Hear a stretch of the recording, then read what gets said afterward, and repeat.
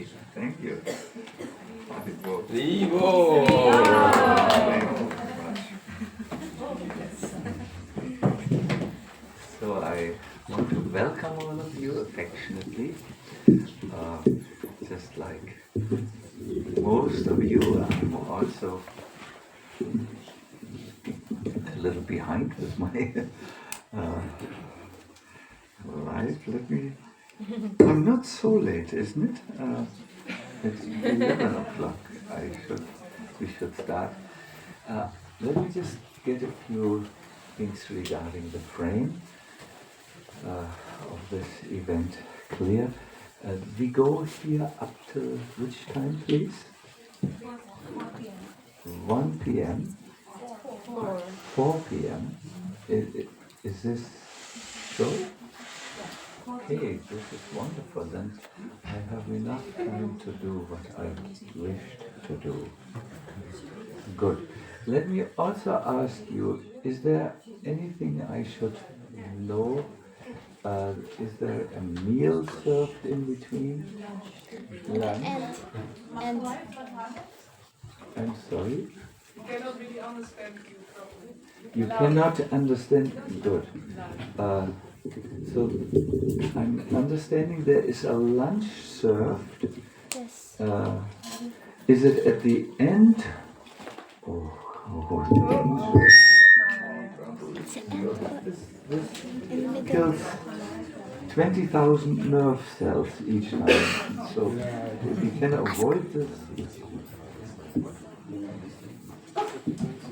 So is this lunch in between? So then we should perhaps end around 1 o'clock. We have a lunch break up to. God, if you have a lunch for devotees, that's dangerous because they usually it's very, very strong preparations, and then comes the graveyard shift after lunch. I suggest we go concentrated from 11 to 4, 3 hours, 4 hours. Let's see, around 2 o'clock I will stand next to the pots and see that you only eat very little. No, I will never become a policeman. We will figure it out. Good. I know what I need to know. I want to now give this presentation. I'm very enthusiastic to give this workshop. It will be a highly practice-oriented workshop where you will not only hear the theory of philosophy, but we will do a lot of chanting also. I can imagine that not all of you have already chanted 64 rounds this morning. Damayanti's wife, if you would know, Guru Maharaj, how many rounds I chanted each day, you would faint. So we will do a lot of japa chanting, but guided japa chanting so that you make a good experience. I had a very important discussion for me, where a person who is close to me revealed to me that he has over the years tried to make some research into the lives or the spiritual practice of devotees. And the result which was there was that many devotees are very much engaged with the practicalities of managing life, that there is little opportunity to engage in what is called sadhana, spiritual practice that prepares us for our eternal life. Very little opportunity. I also have developed a mystic potency. I could tell you if you want how many rounds you chant each day. I just need to look at you and download this.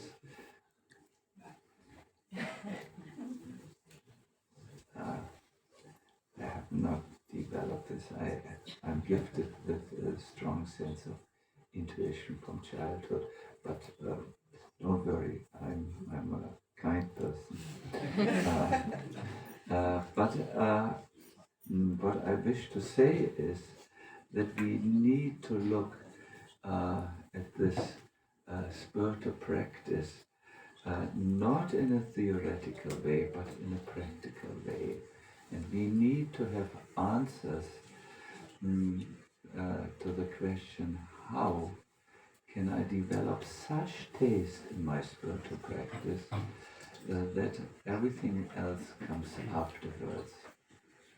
In this life we see that what you have taste in, that is somehow what you find time to do, and what you have no taste in, which is done as a duty at best, always sits on the back seat. This is human psychology, and we need to give an answer, hopefully in this workshop, how we can develop deep ecstatic taste in our spiritual practices. Is this a good idea? Yes? Yes. Ecstatic, joyful, like this. So this is what I wish to do in this workshop. You have to test me if I'm successful or not. Good. Let us do a little practice in the beginning. Please sit tall. Do we need to open the window a little bit? I feel a little is good, no? Yeah, wonderful. By the way, welcome.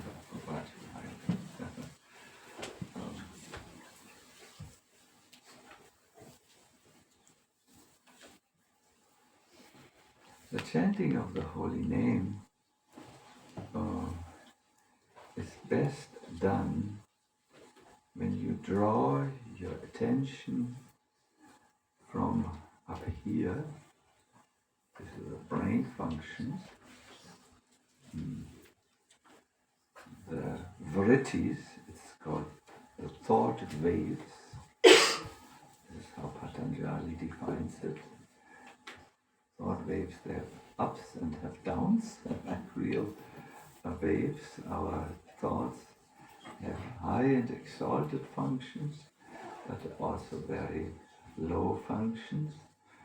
Do you know, Damayanti, that the rate of depression in the last 5 years has grown by 218%?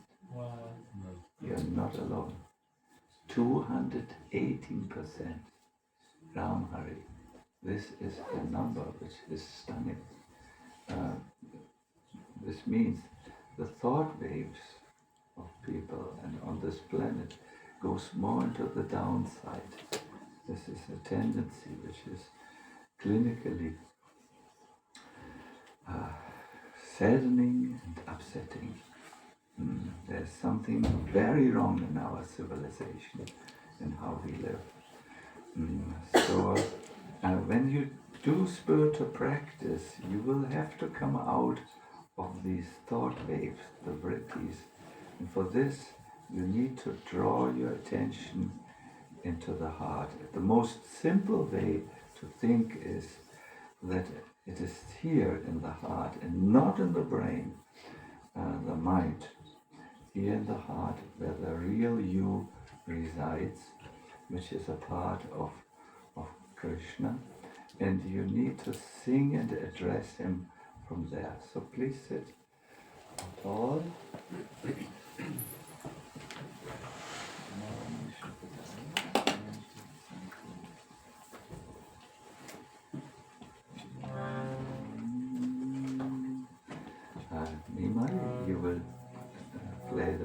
up very softly. I know you can do it.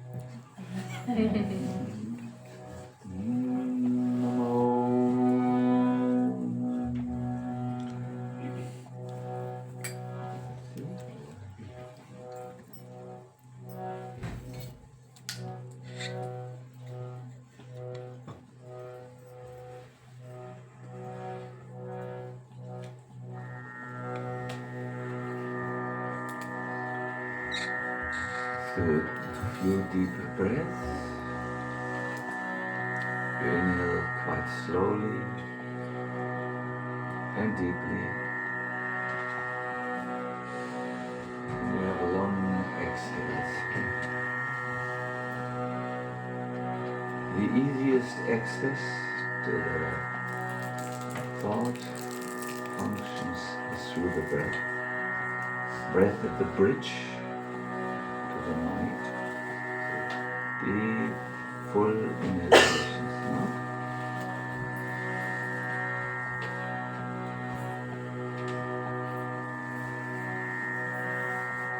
And we will chant a monosyllable mantra.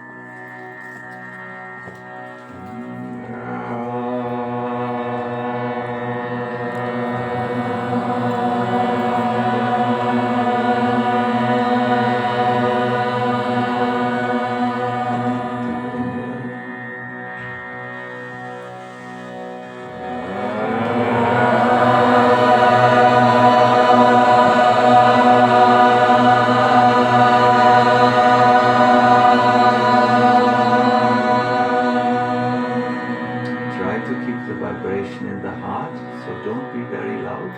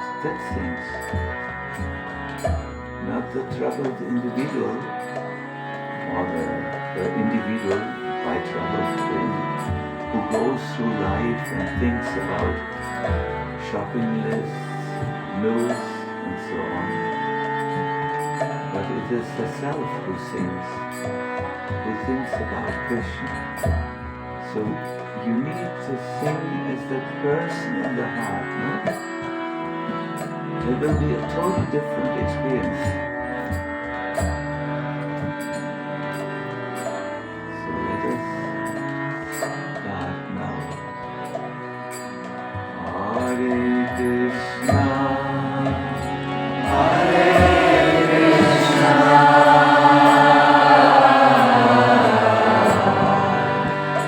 Krishna Krishna, Hare Hare,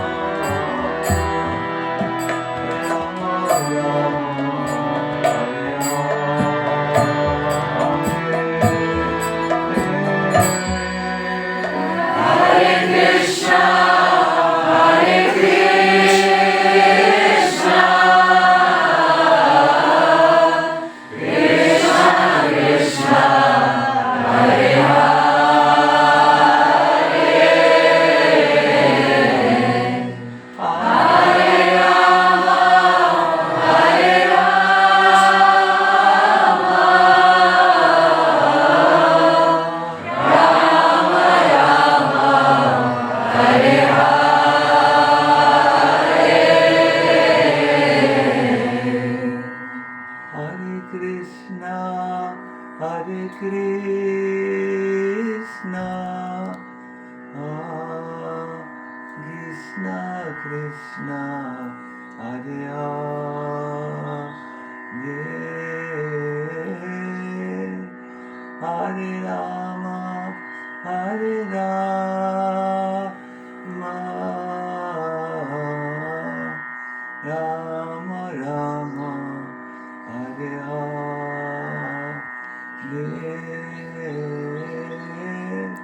Hare Krishna, Hare Krishna, Krishna Krishna, Hare Hare,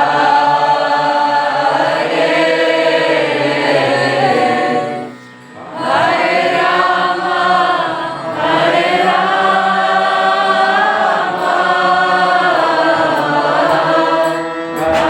Rama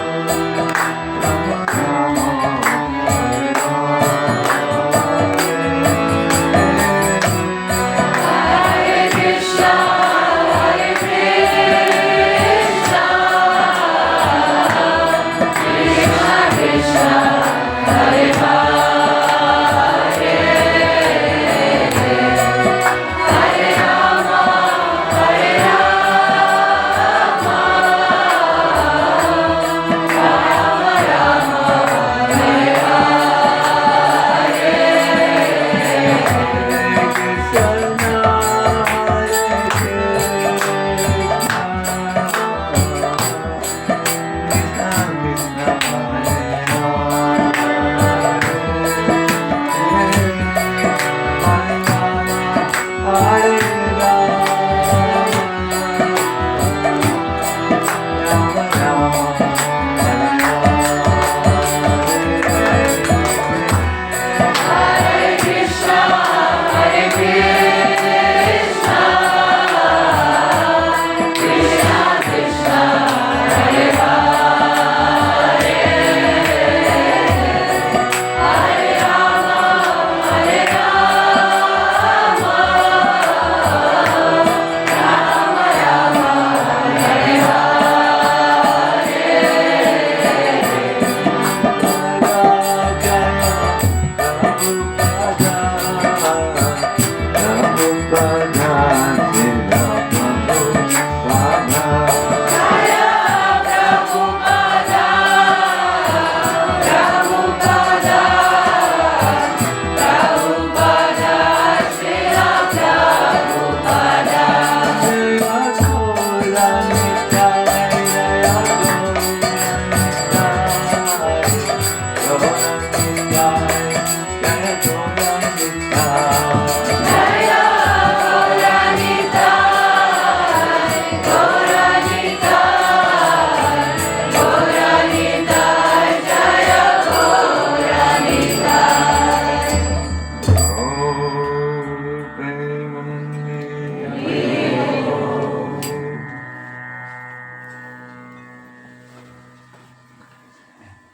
welcome all of you affectionately to this Japa workshop.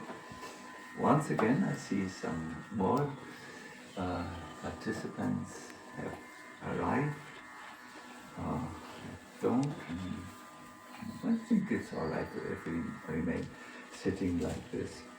I would like to tell you about a shocking realization in my spiritual life that has made me the person who sits before you. It was perhaps, I would say,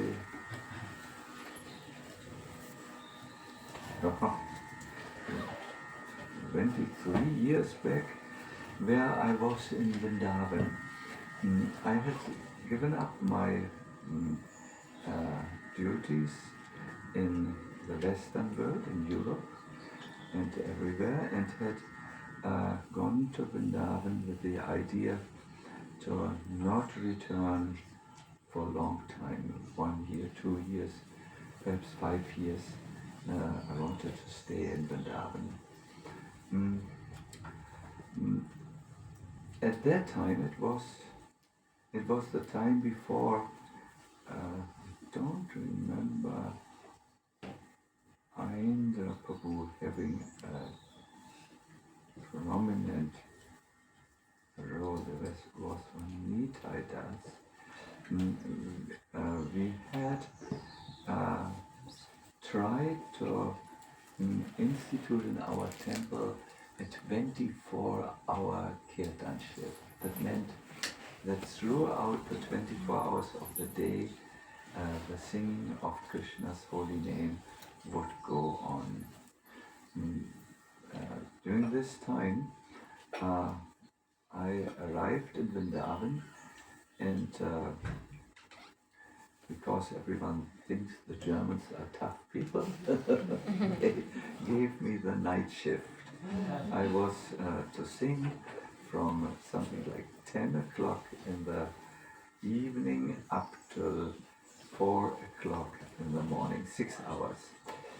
I embraced it with gusto, with enthusiasm, but soon find out that it was the most difficult task I had done in my life, and which my fathers and forefathers had done.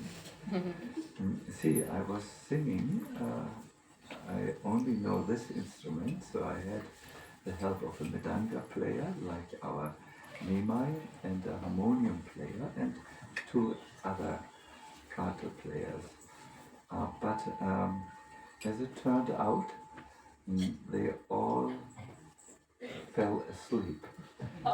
First, the harmonium player was gone. You can do kirtan without harmonium, no problem. Then the next one who went out was the mridanga player. That was a little more critical, but I still had the support of 2 kartal players. Yes. So I somehow continued until one of them said he quickly had to go and answer nature's call. He never returned. And the other one said, I'm just coming. And he also left. So I was there alone. And I think I have told it many times. Then everyone fell asleep. And in traditional temples you have a shokidar. It's a person who rings the bell each hour, and because I couldn't hear any bells any longer, I knew he was also sleeping somewhere. And only I was left. And is something wrong with the... Yes, what is it that is wrong with the machine? I think you need to bring it. Yes, here is it. You need to bring it before the microphone. Let me go back, because there's a feedback which happens. Yeah, I will go back in. I think I solved it. Thank you. Yeah.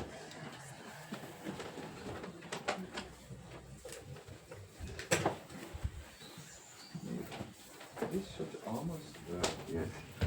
Saraswati then have me directly in the ear and want to relocate. Yes, now it sounds much more healthy. Yes, I think the feedback is, yes, it's gone. And then I was the only one, and I knew if I would also fall asleep now or pass out, I would break a tradition that we just wanted to institute. Prabhupada had, our spiritual master had requested us, and there are temples in India who did this. Even the Shivananda ashram, Swami Shivananda has requested that in all his ashrams there is 24 hours around the clock Mahamantra chanting going on. And I know in Germany they do it. And it's not easy. It's not easy to have this. So I know a tradition rested on me, and I could not fail. And yet I couldn't do it. It was so difficult. I remember I looked at the wristwatch, and is it called the hand of the wristwatch?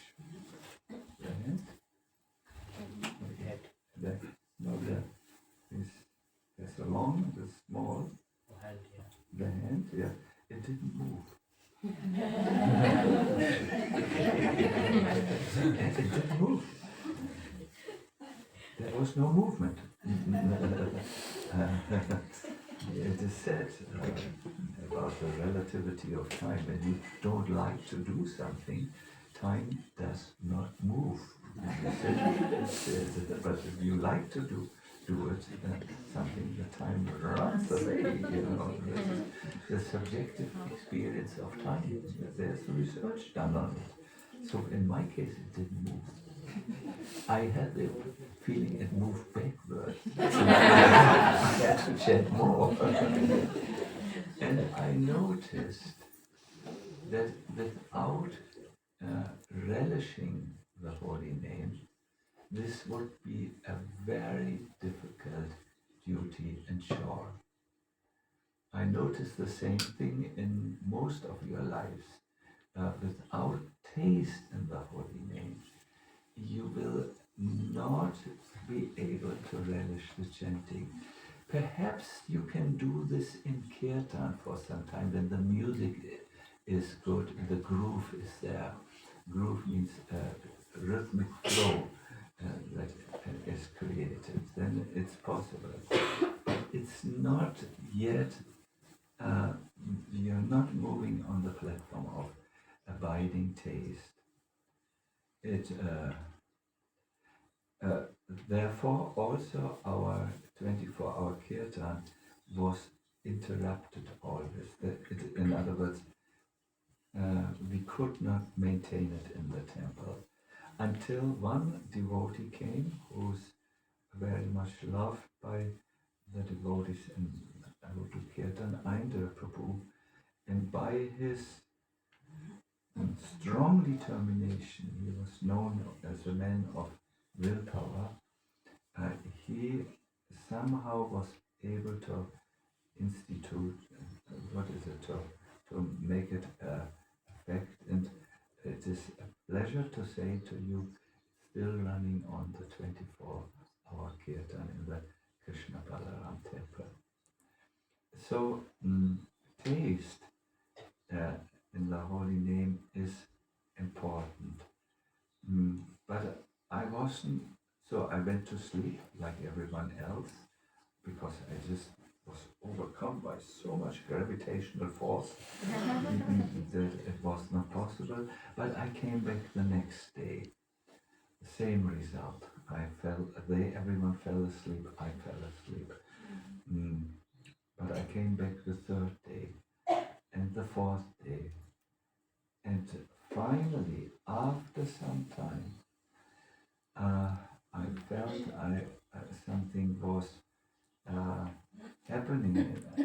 An experience came to me of deep relish, and I did not notice how the time was flowing. I was singing,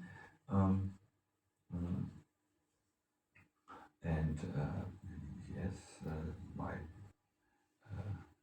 colleagues, if you so want, fellow monks, were also picking up because it was enthusiastic.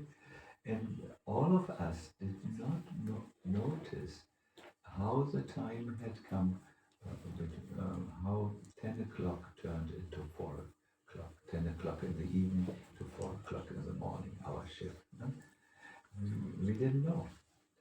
I still have this experience in Kirtan, that there are some Kirtans where I sing, and I'm not an advanced Kirtan devotee, but there are some where I always look at the time, okay, how many more minutes, because I need to shift the melody and I need to make it faster. Otherwise, no one will invite me again. Hare Krishna movement, and dancing and jumping and so on. So how do I do this? And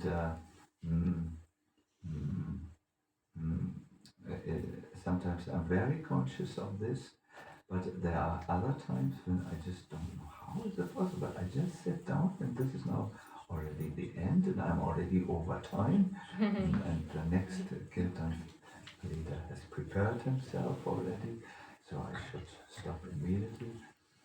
What is the difference between chanting without taste and chanting with taste? It's a question of connection. Once my mind and heart can connect with Krishna and the eternal, timeless dimension of the spiritual world, time as we experience it in this world is not moving in the same way. But when I'm disconnected from this reality, and I'm just thrown back to my normal activities, then I very much feel the passage of time. So this is what I would like to share with the Kirtan world, this idea of sambandha. Sambandha means totally bound. It's a word, Sanskrit word for connection. There are two types of connections which are mentioned. One is the connection of being bound to your conditioned nature, that is your material nature. This is the first type of connection. It is something like an iron chain. It's very difficult to remove this for many people. They remain self-absorbed in an illusion. They remain suffering kings in an imaginary kingdom. You know, they remain connected with their little mind set, the small mind of what we call material consciousness. And then there is the other form where you are ecstatically bound to Krishna. I will give you two examples of this. Who knows the Kalya Damana Lila? Oh, we are always an ocean of new people. Krishna, when he appeared in this world, Vrindavan, was, believe it or not, the center of everyone in Vrindavan town. They loved him. They called him Prananath, Lord of my prana, my life.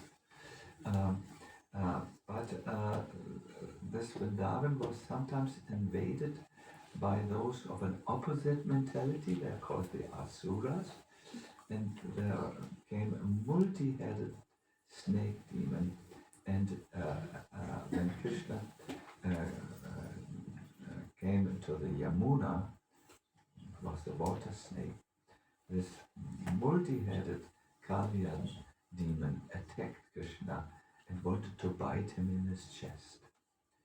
Those who are against God can't stand God.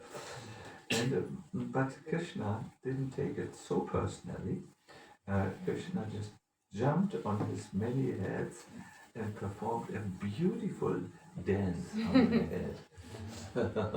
He tried to bite, but Krishna jumped, and his feet were constantly illuminated by the red radiance which came from the rubies of the head of this snake demon.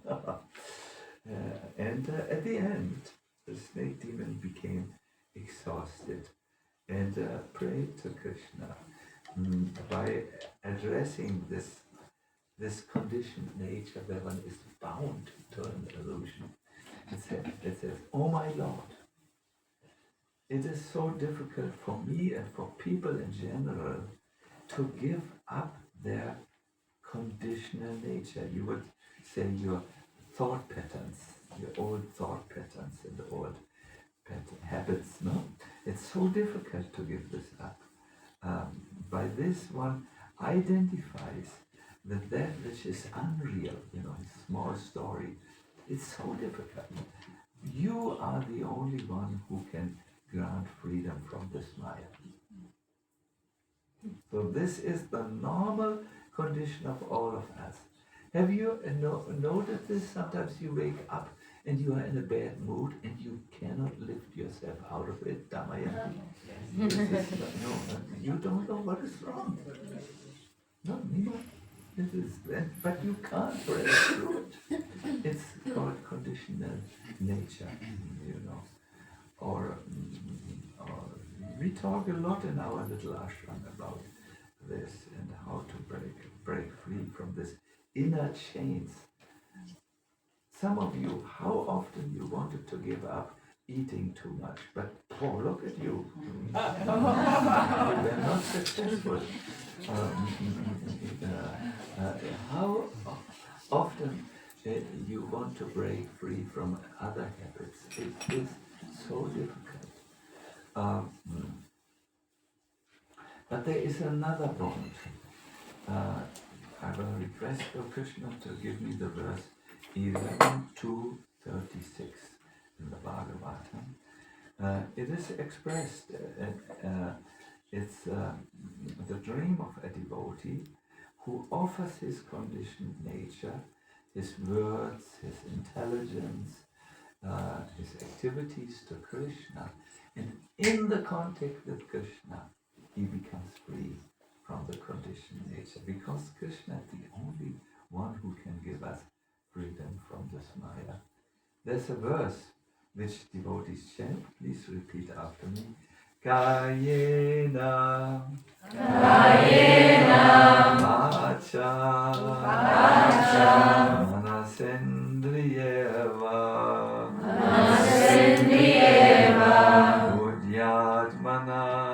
Buddhyatmana Manushrita Svabhava Karoti yat Sakalam parasmai Narayana yeti Samapayet tvam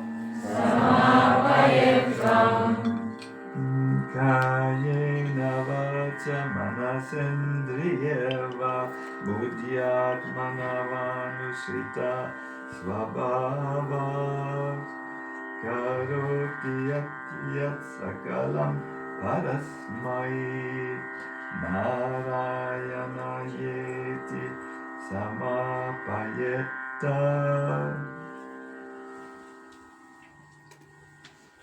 We all have attained a particular nature with habits, thought patterns,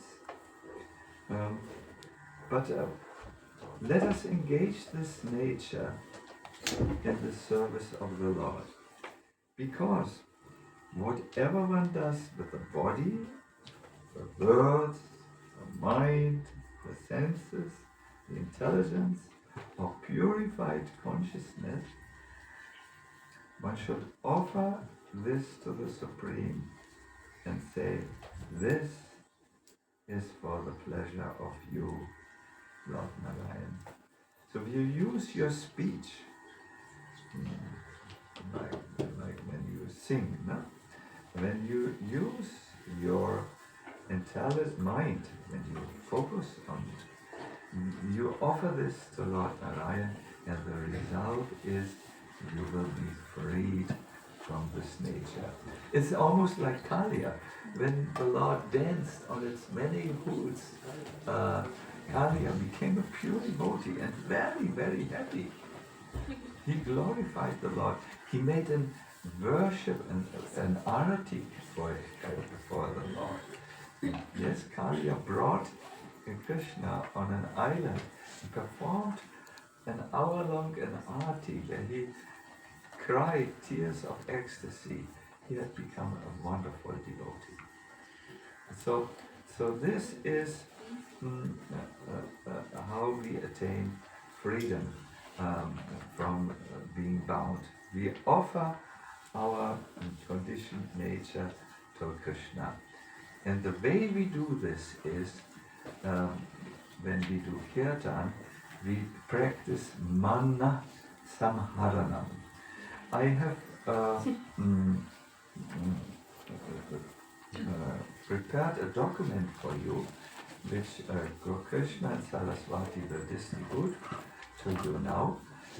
It's a verse which explains 6 powerful practices by which you can obtain perfection in your chanting. That means freedom from this constant distraction. Is this of interest for you? Yes. Please, what you get now cannot be paid with all the money in your pocket, and it's for free for you.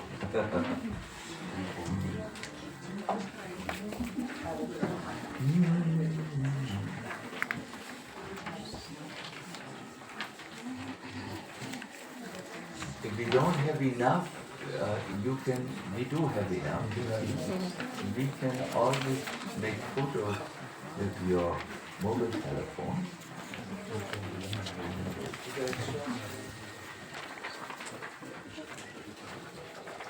Good. Let us chant this in Sanskrit, and then we will go through each one.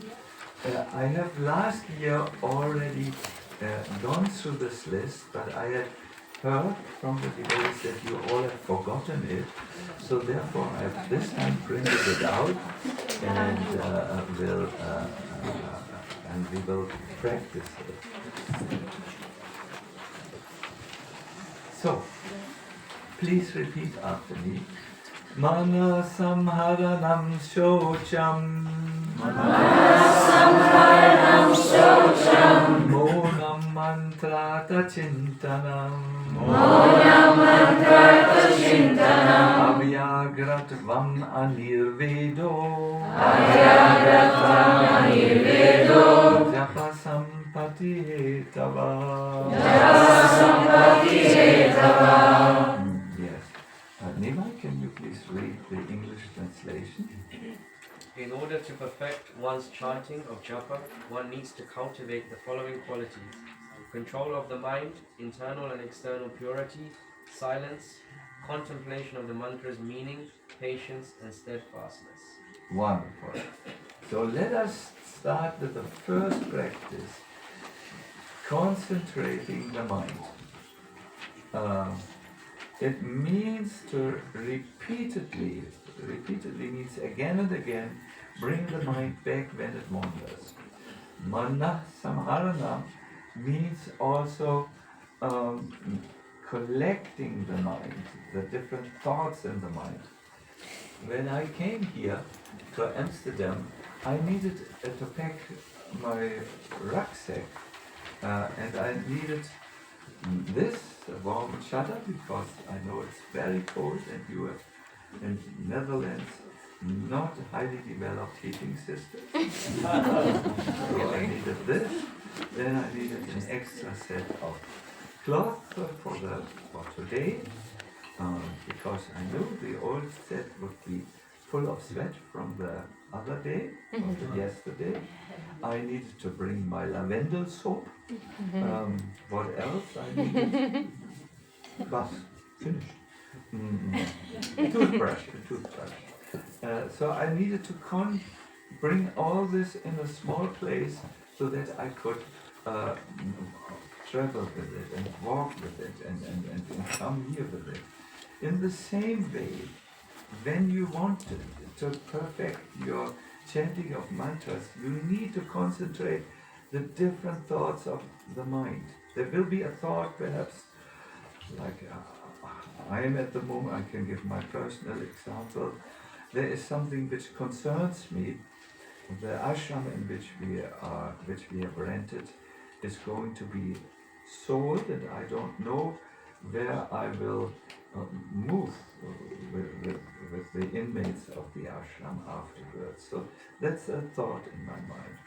Another thought in the mind is the day before yesterday, one man who's known to be collapsed, and the next day he died. I'm not sure if everything went in a natural way, because he was very healthy, and I'm just not sure because there were some signs before, and so this is a thought. Was this murder? Was it crime? And if yes, what is my duty here? And there are other thoughts like this. I'm thinking now,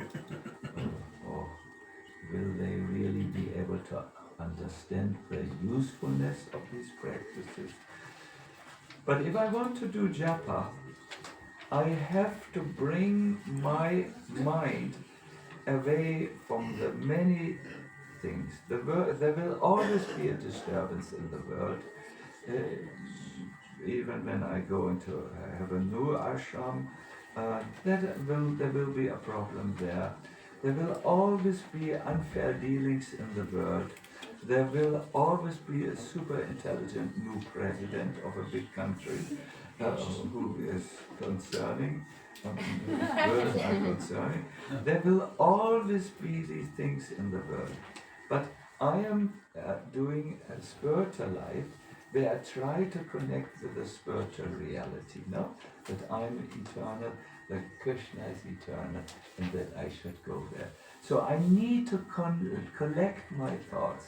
I need to withdraw them from my ashram situation, from the tragic death of a person connected with me. He's not a devotee.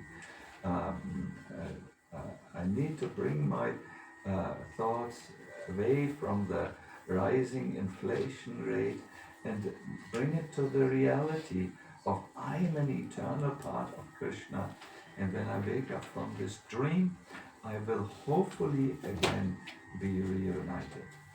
So I want to request all of you to take your japa mala. Have you all who has no japa mala? Oh. Now what Swami, you brought your japa mala? Yeah.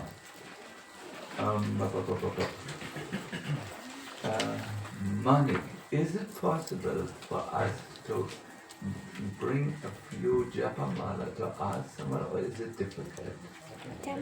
From temple. Sorry? Yeah, from the temple. So we will, are there people who can bring a japa mala? Yeah, there are? Good. So those who don't have japa mala now, no problem, you can chant without. Do you know the Maha Mantra? Everyone knows. You know? Of course. You can chant without mala. This will be also good for you. Sometimes chanting is not about finishing your rounds. It's about praising the Lord. So what we will do is, we will now go into a little meditative state of mind where it's easier. Sit properly, and then we will chant 2 rounds by concentrating our mind. Yes, this is very practical. And those who have no japa malas are on the way. Yeah. Yes, it's good to have a little. Yeah. Vikama, if it's too cold for you because you're from Split, you can sit here. Possible? Yeah, this is. Sorry. It's good to have air, otherwise it will be tight. There's a little one there, because now it's really cold. There's a little hook. You have an idea? Raj Biharini, you're a professor, you can manage this. Yes, yes. Let us ask, because she's a professor, she knows, hopefully. You are a professor, do you know? So, Ramahari, ready? Good. Ramahari is also a professor. So, please sit tall. My dear devotees, it all starts with a driti. Driti means a determination in the mind, which will manifest in the form of a sankalpa. Sankalpa is a real inner orientation. I want to do this now. We will chant now 2 rounds by concentrating our mind. We will collect our thoughts. Meanwhile, when your thoughts run to the new apartment, which is hopefully soon there, bring it back to the japa. And so on. So, and concentrate your mind on the sound. No? Imagine it to be like you need to pack now all your thoughts. You need to take them away from all the various things. It's a little bit different than my example. You need to really bring them from all the places where it sits and just bring it on the next meal. No, good. I check. You need to bring it to the sound of the Holy Name. Okay, everyone. Jai, join me.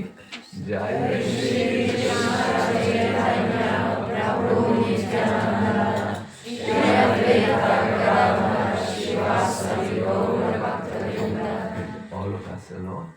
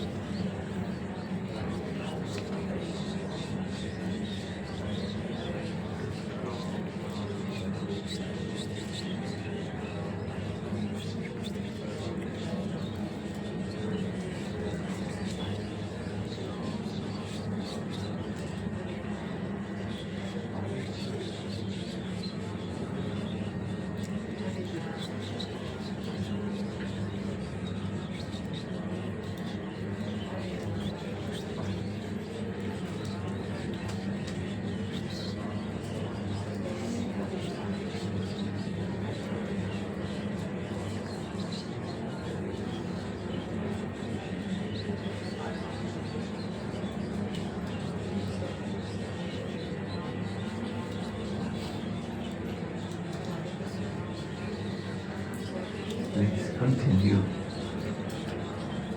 Try to bring your attention away from the mind, the brain, draw it into the heart, and chant in a happy, relaxed, joyful way.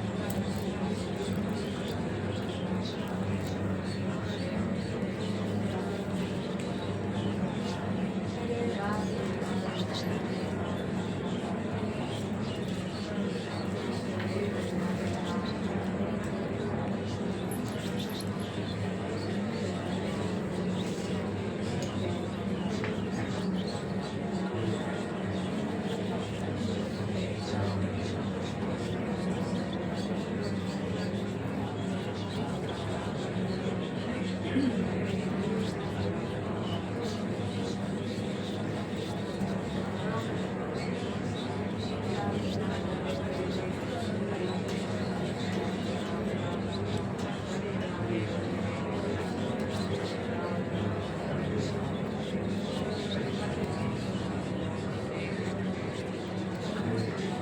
continue. Try your best. When the mind wanders, as it will, bring it again and again, repeatedly, to the sound of the holy name, and feel happiness that you are now together with Krishna.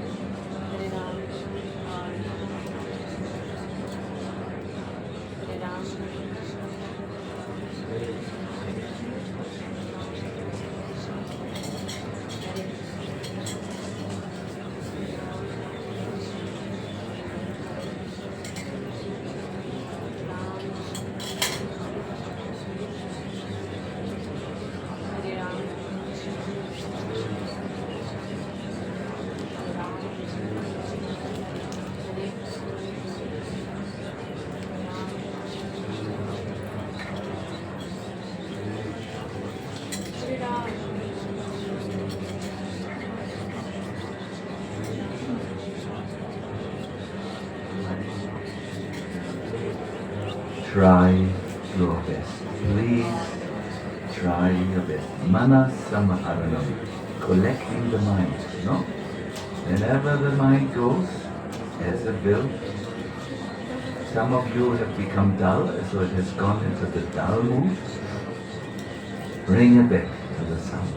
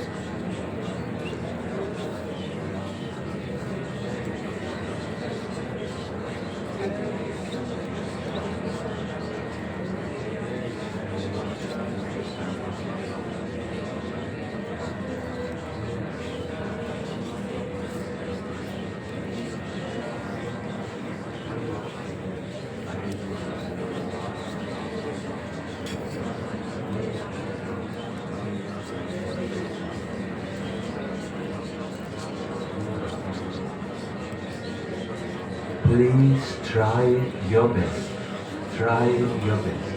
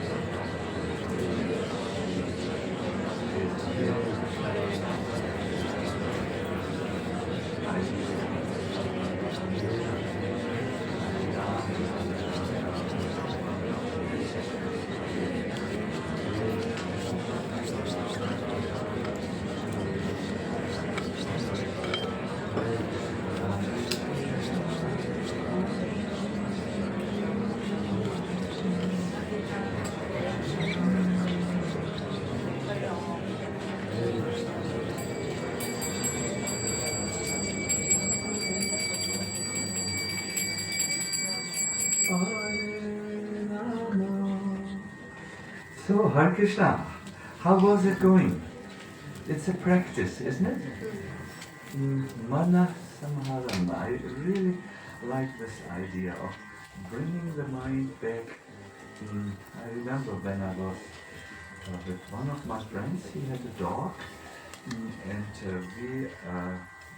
he was a very lively dog, a very kind dog, but he just ran always after rabbits. And we were going on a walk, and my friend then bought a long leash. It's a thing where you can give way of the leash almost like in fishing, where you can let the fishing line run with the fish. So when the dog began to chase after rabbits, he would have a mechanism to connect, to stop the leash from the line, from moving, and brought it back. So I think each one of our thoughts is like one of these objects where the dog of our mind can run after. We just bring it back.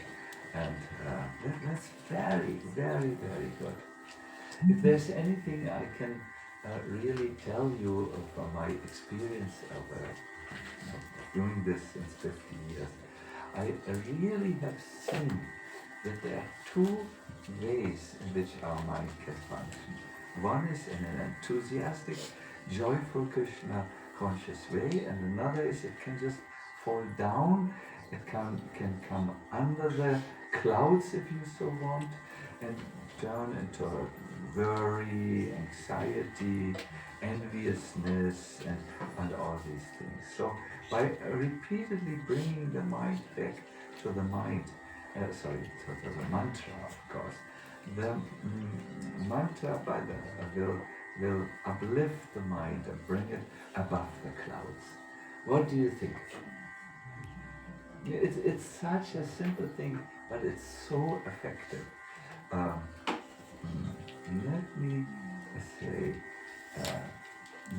see what else I want to. There is something which you should know. When Krishna sees, hey, it's all right, man. I grew up with these things, so when Krishna sees, and this is so important, that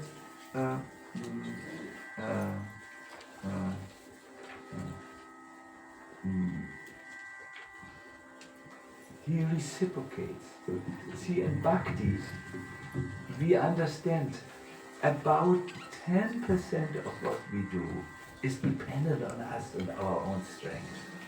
90% Damayati, 90% of what happens is Krishna's mercy. There is no reason for the Bhakta to become hopeless. He just, or she, needs to just give whatever they can give.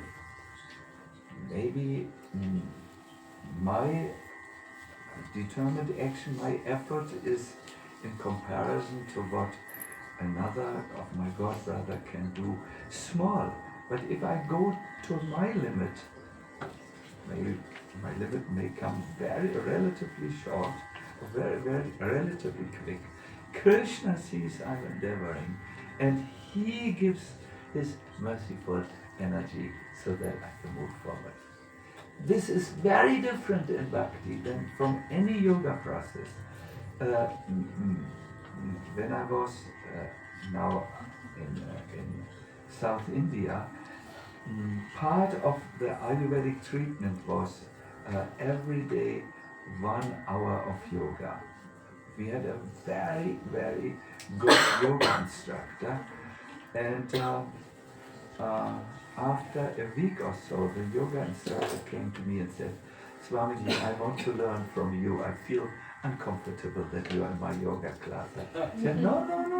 It's a very good yoga. I don't know so much about yoga. Surya Namaskar a little, but Agni Sara I learned in December from a yoga, no, not December, January. I learned Agni Sara. So little I know, but no, I want to learn about Bhakti.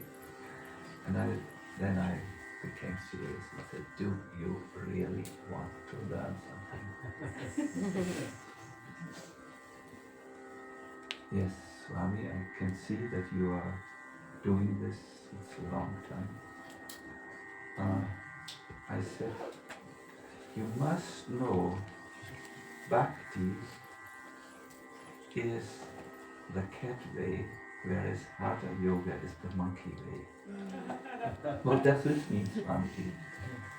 Well, when we do yoga, we are very dependent on our own strength, on the flow of our prana, how developed that is, on our flexibility perhaps, our willpower, and a few other factors. In Bhakti, we are dependent on the mercy of the all-powerful Lord. The example of the monkey and the cat have been given. when the monkey carries its young monkey child, the monkey child or the young monkey has to use whatever is in its strength to hold tight to the monkey mother.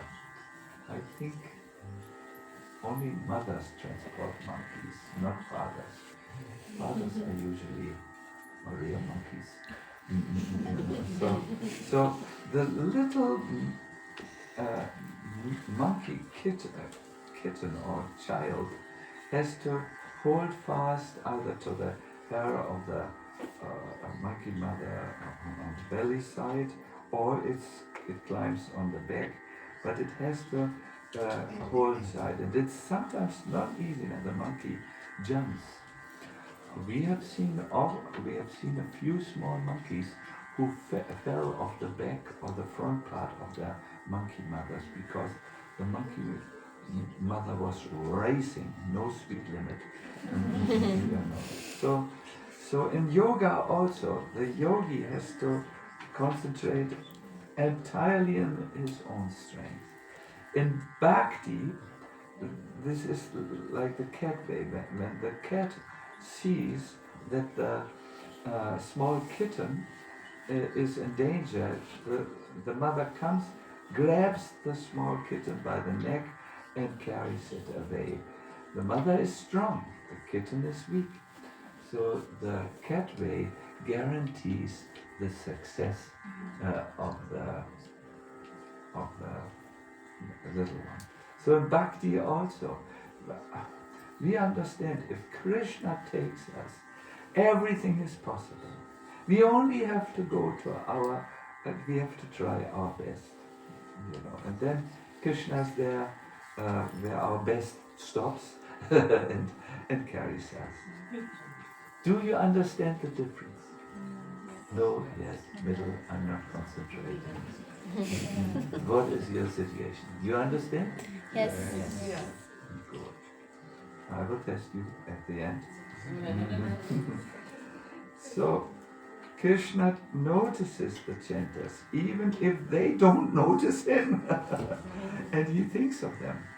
Vishwanath Chakravarti Thakur expressed this in a purport. And he said like this: when someone chants the Lord's name, the Lord's mind dwells on him or her. Krishna thinks, this person belongs to me, I will always protect him. Who is an example? Who? Prahlad Maharaj. Draupadi. Gajendra. Yeah. The classic example is Ajamil. Ajamil chanted the names of the Lord at the time of death. Oh, Narayan, Narayan. But did he think of Krishna? He thought of his son, who was also called Narayan. But still, the Lord's mind dwelled on Ajamil, although Ajamil's mind did not dwell on him. And he thought, this person chanted my name. I know his mind was absent, but I will bring him. Now imagine the reaction of the Lord if you chant and your mind is not in your mobile telephone, but it is on him. What the reaction will be. Wow!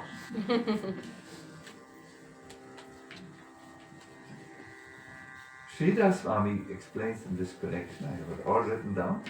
When the Lord heard that Ajamil was chanting his name, the Lord began to think deeply about Ajamil. And he ordered his servants, the Vishnu Dutas, bring this Ajamil to me quickly. How much more then will the Lord remember a person who chants his name consciously? And how much more, listen to Sridhar Swami, will the Lord take care of a person who chants his name in the attitude of wanting to render service. There are a few more. How much more? How much more? How much more? There's the first verse in the Adi Purana. Shradaya Helana Nama. It means, O Arjuna, listen now very attentively. When the living entity chants my name, whether out of devotion or indifference, then his name, the name of the chanter, will remain forever in my heart. I will never forget such a soul.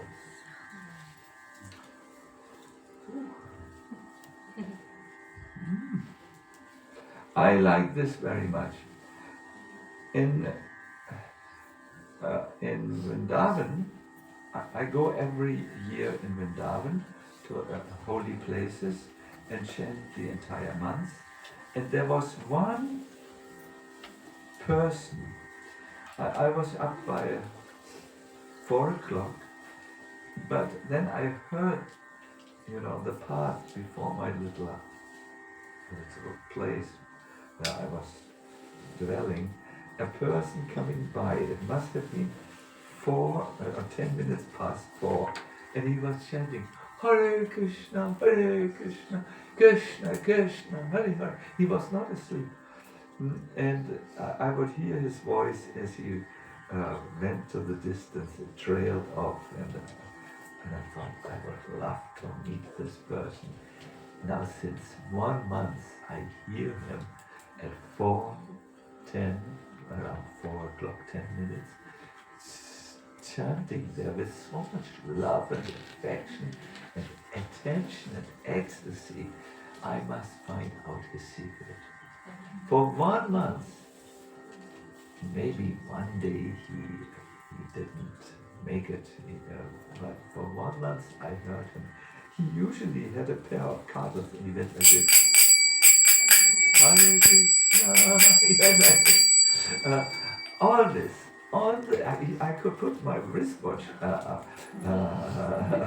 after him, and it was always so full of love, so full of excitement, so full of nectar that I felt it in my little place, Oh God, there are people who know how to chant. So after the month was over, my regulation was I would not go out for a whole month. I went, and then I needed to wait three days. But then I caught him, and I said, Dandavan Pranam Maharaji, Kripa Koro, Bhabi, then so on, and he understood. I knew all the words, which you have to say, then I had prepared from another place. I knew there was a person who could translate, so I said, Lettia, sit here, just come. And I ran to the person and woke him up. He was there, and I asked this person through the translator a question. He was lean and thin, but he had muscles. He was very clear in his eyes. I remember they sparkled. He was a saint. He was bare-chested and legs were bare, but he had a little white cloth here. White, or there was a lot of dust in it because he walked every day. And but his eyes were sparkling. So I asked him, I'm sorry to hold you up. I only have a question. What is your secret? Why are you all I've heard you now a whole month. What gives you so much joy? So these saints, they will not talk so freely to anyone. The real sadhus you usually don't meet any longer, unless you get up very early. But they hide away from religious tourists. So he looked at me to find out if I was serious. You know, they can read your atmosphere very easy. They download everything about you. So he looked at me and then he said to the translator,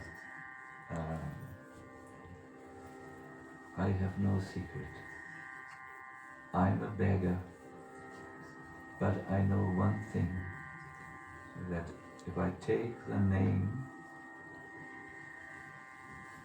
it goes from my heart to my lips and directly to the ear of the one whose name I'm taking. And he then thinks that he's taking my name.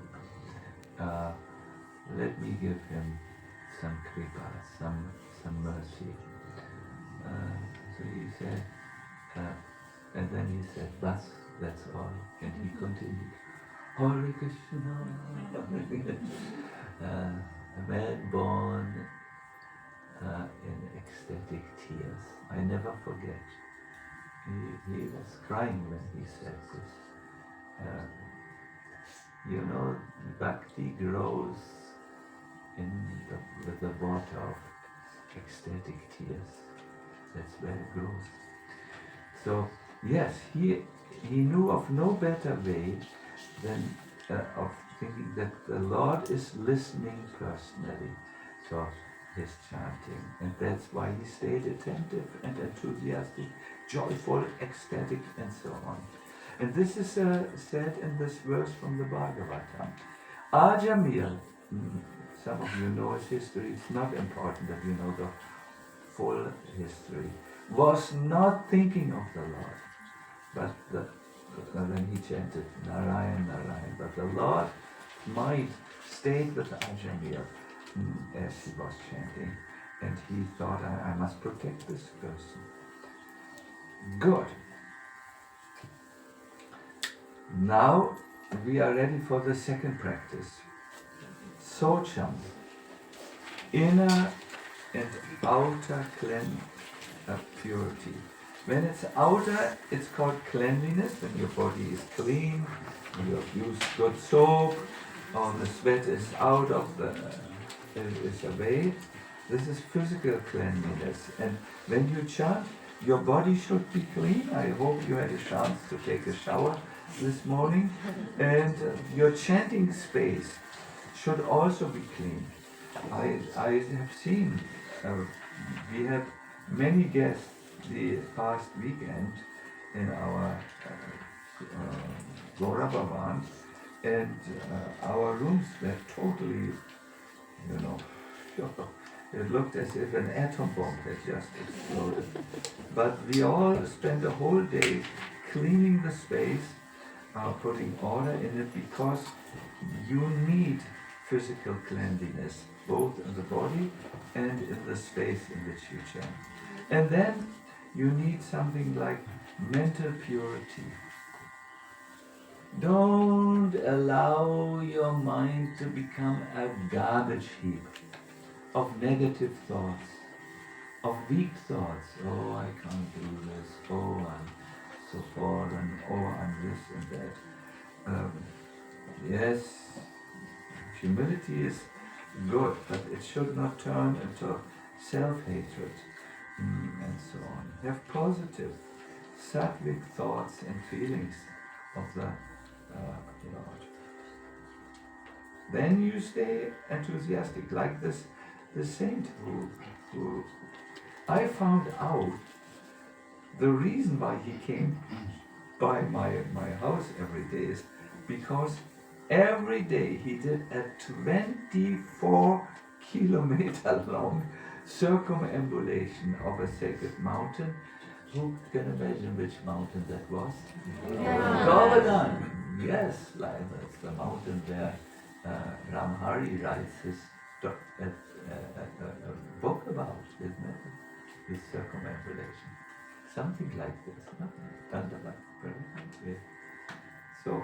So 24 hours, for 24 kilometers, he sings and walks around this sacred mountain. A few days ago we walked 15 kilometers. After that we were ready for the graveyard. He walks every day 24 kilometers. I know another sadhu who walks twice every day around this mountain. This would be 24 plus 24. It's already too much to think about. 48 kilometers. Wow! So, and they sing, joyously, because the mind is full of devotional thoughts. It's pure, and then there's enthusiasm. So we will now get ready for the second time, 2 rounds. Today you might complete your 16 rounds Hare Krishna in the meditation center. And then we will make a little pause. I can understand that you need a little Braj Bihari, could we do a swift infusion of air, complete air? Did the japa malas arrive already? It's coming, good. Yes. How are you doing? Amazing. Amazing. Wow. I see half of the people are leaving. No, I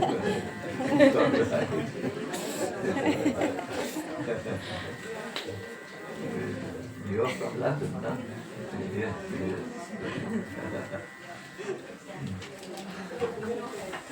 Is it alright or do you need a pause? Maybe small pause. No chanting. Good, good.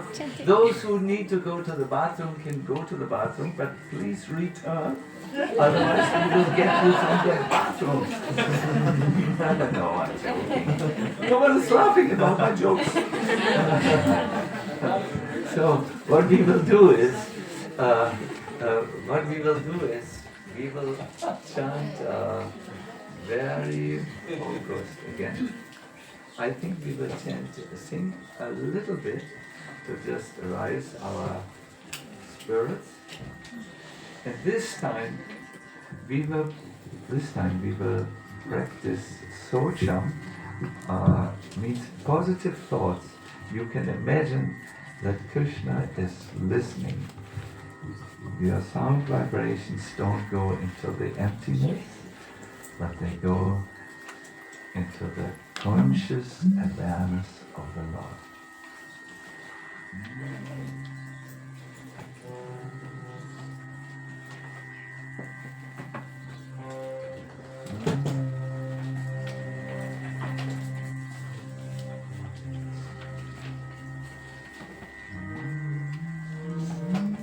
No.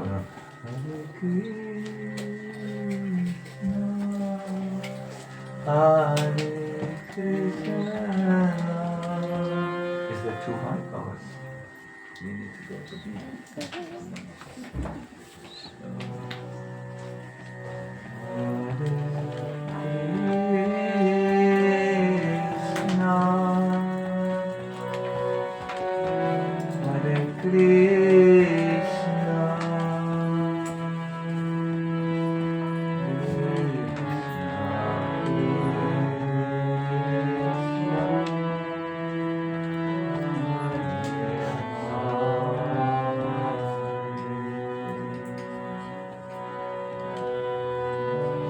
Sing this mantra, try to think that you're singing it for the first time.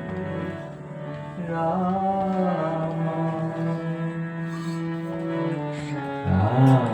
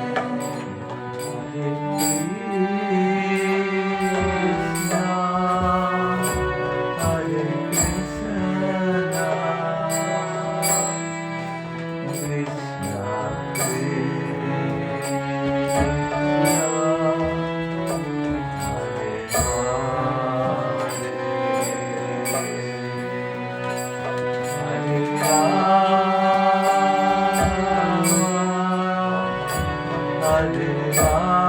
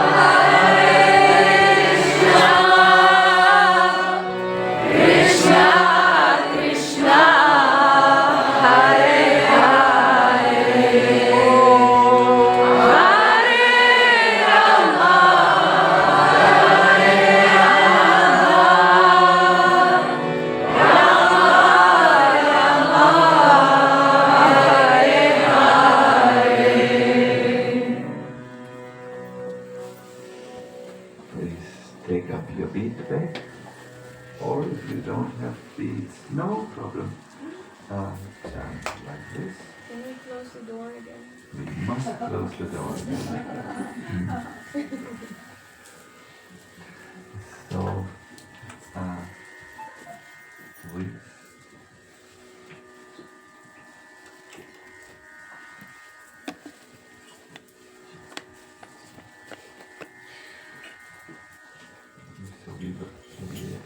will practice mental purity, positive sattvic thoughts, and in particular, we will actually meditate on what we have heard just a little while ago from these ancient wisdom shastras, wisdom scriptures, that the mind of the Lord is there and dwells in those who chant.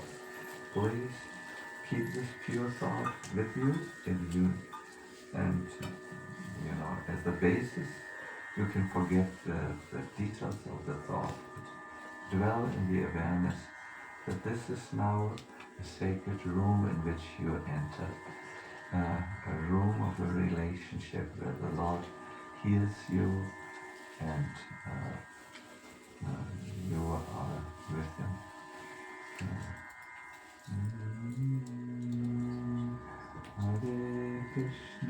Hare Krishna, Krishna Krishna, Hare Hare, Hare Rama, Rama Rama, Hare Hare, Hare Krishna, Krishna Krishna, Hare Hare, Hare Rama, Rama Rama, Hare Hare, Hare Krishna, Krishna Krishna, Hare Hare, Hare Rama, continue to chant like that. Enter into a flow now of the sound. Hare Rama, Rama, Hare Hare, Hare Krishna, Krishna Krishna, Hare Hare. It's a steady flowing river. Stay inside. Hare Krishna, Krishna Krishna, Hare Hare, Hare Rama, Rama Rama, Hare Hare, Hare Krishna, Krishna, Hare Hare, Hare Rama, Rama Rama, Hare Hare, Hare Krishna, Krishna Krishna, Hare Hare, Hare Rama, Rama Rama, Hare Hare. Thank you very much. This was excellent. Now we continue this in our own speed. It's a little bit more difficult, but we can find that river of sound. I suggest we do the same tonality. It's a good tonality for this. Means how high. Like this. Please. Two rounds. Hare Krishna.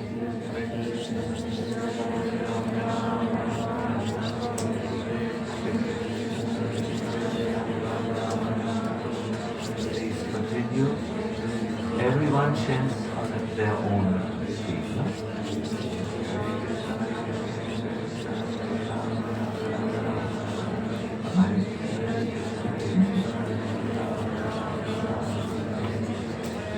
Don't lose the river of sound. Stay, remain, dwell, be carried by this river of sound.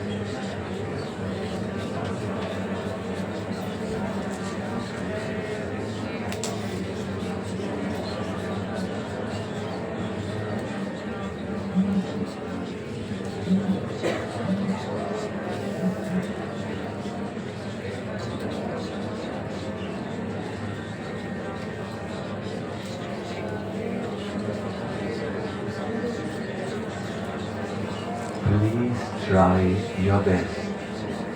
Stay in this pure river of sound, like the pure Ganga river of sound. Let the sound carry you. Your duty is to just enter the sound, like you would enter a river.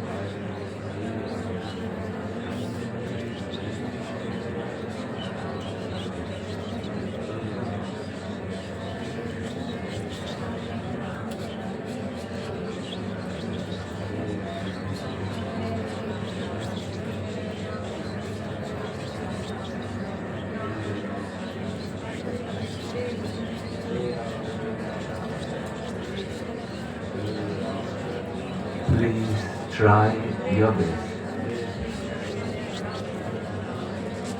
Inner purity means to stay with the pure vibration, pure vibrational content of the holy name.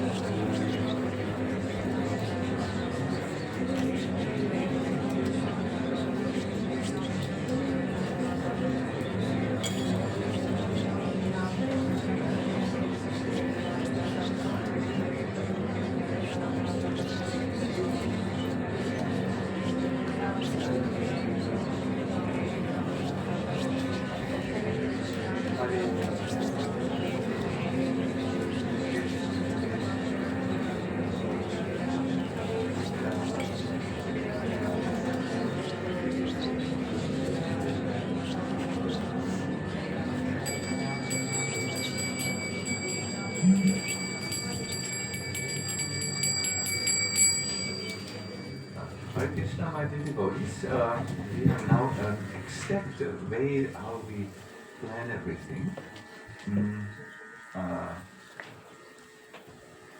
I would like to just explain the third practice, silence, Monam. who of you has ever been on a silent retreat where you were not talking with anyone? Oh yeah. Can I have a Shami? What was your experience during the silent retreat? The inner voice is getting much louder, and there's nothing from the outside coming. When there's nothing from the outside coming, the inner noise gets stronger. The inner voice gets stronger. Noise also. Noise also. Anyone else? I was also in a retreat or meeting for silence, and then you feel more silence in yourself and more peacefully because you don't have to be active. If you speak, if you do action, then you are busy, you use your energy in those activities. But if you are silent, you don't, it's not necessary to do anything. Yeah. So you are in that silence. Interesting. Here is a total opposite experience that when I do this inner silence, the silence, monam, I feel more silent inside. And because I don't have to do anything, don't speak anything. So, interesting, two different experiences. Any other experiences are here? Monam? Just your senses, other senses get more sharp. The other senses get more sharp. Yeah, so like your Yeah. vision and hearing. Yeah.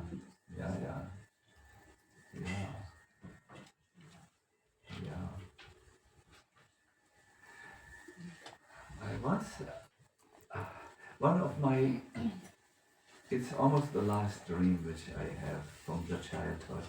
I want to go in the desert and stay in the desert because I heard it's so silent there.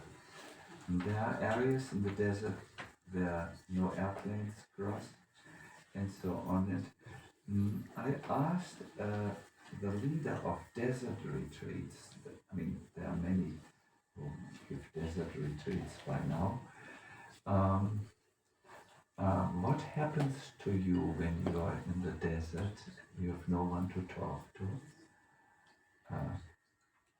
and you are mentally stable, you don't talk to yourself loud, you think perhaps. And she, Rosemary, she's 80 years old and she did many desert retreats, and I heard about her and her husband's retreats. Said something which I find highly intriguing. The desert brings what is inside of someone out. Die Wüste kehrt das Innere nach außen. She said, that's one other experience of those who practice monam. Monam is practiced in our tradition also, and the interesting idea is no material sound vibration are spoken in the monam of the Gaudiya Vaishnavism. Spiritual sound vibrations are spoken. Interesting, isn't it? So you're monam to the world, but not silent. You're silent in the world, but not to God. And one very, very common practice is to chant japa on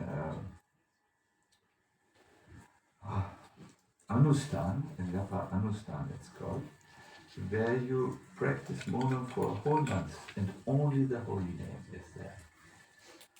That is an interesting experience because all the sounds that go through you are exclusively spiritual. Now in japa, now you can see in the normal japa which we do, those of you who have taken diksha in this line, they chant 16 rounds. Also the practice of monam must be there. What it means here is mental silence while the spiritual sound vibration goes on. This is without mental silence, that is, without stopping the discursive mind, the mind who chatters and talks. There is the computer chat. There is chat, X, Y, Y, Z, but there is also the chat program that goes in the mind. It's a huge program. It's very loud. It's very persistent. When you do japa, you dim that sound of the mind and you increase the volume of the japa.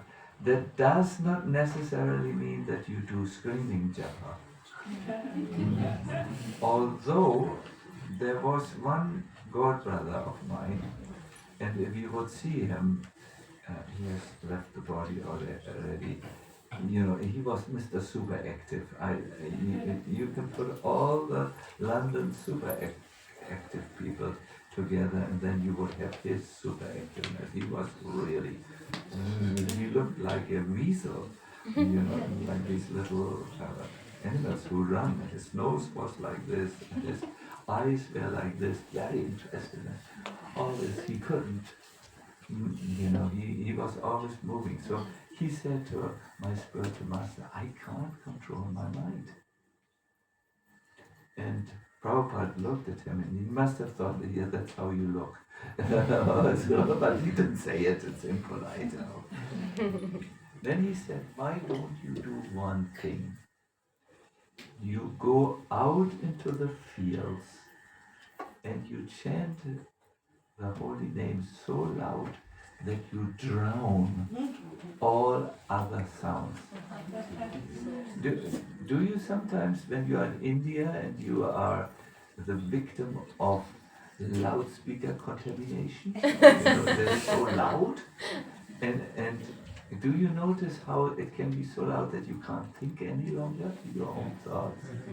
This happens when your thoughts are drowned out by sound. So Prabhupada said to this devotee, he didn't say it to others, only Mr. Weasel Swami got this instruction. What a normal person does who doesn't have a strong attention deficit disorder is just you practice a type of inner silence, and this again and again, this little practice, it took me 5 years to learn it, because it's not so easy to bring the mind into the heart as it sounds. But it's Bhaktisiddhanta Saraswati Thakur says it. You just bring it there and you drown it. It's almost like a lightning match which you took and put into your cup of tea. It goes and there's no fire any longer. So in the same way, the restlessness of the mind is brought down by entering the oceanic silence that is there in the heart. But if you do what I see myself sometimes doing, I chant and then I want to, and then my reading, I've done no reading on that day. I'm a literature lover. If you would see my library, actually it's all over the house. It's up, it's down, it's in this sleeping room, it's in the cellar, it's in the kitchen, it's in the windowsill. I have hidden all my books so that no one will think, how much do you read? But sometimes I felt, oh, my japa is so dry, let me read something while I'm reading, and I find out my mind is no longer silent. It is full with thoughts, good thoughts, bad thoughts. So this monam, mental silence, is very important. Not a mind wandering, you know. I was once with a group of devotees. We were in the sacred land of Vrindavan, and he said, "Why don't we now walk and do some japa?" The moment I said this, everyone, good, and they did their mobile telephones, their talks, and so on. Because mental silence needs to be practiced. No? So avoid speaking, reading. I put down messages because you are telephone users, or watching anything, watching about during your japa practice, and practice really a silence, the constitutional position of the mind. That is where it feels most satisfied and most natural is when it's silent. Did you know this?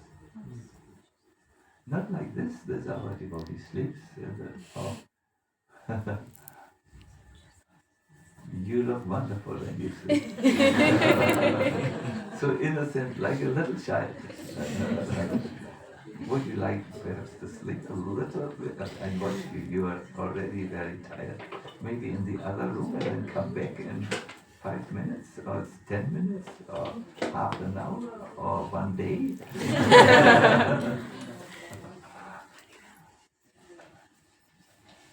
Your daughter also? Yeah. Oh, water drinking is good. And showing interest is good.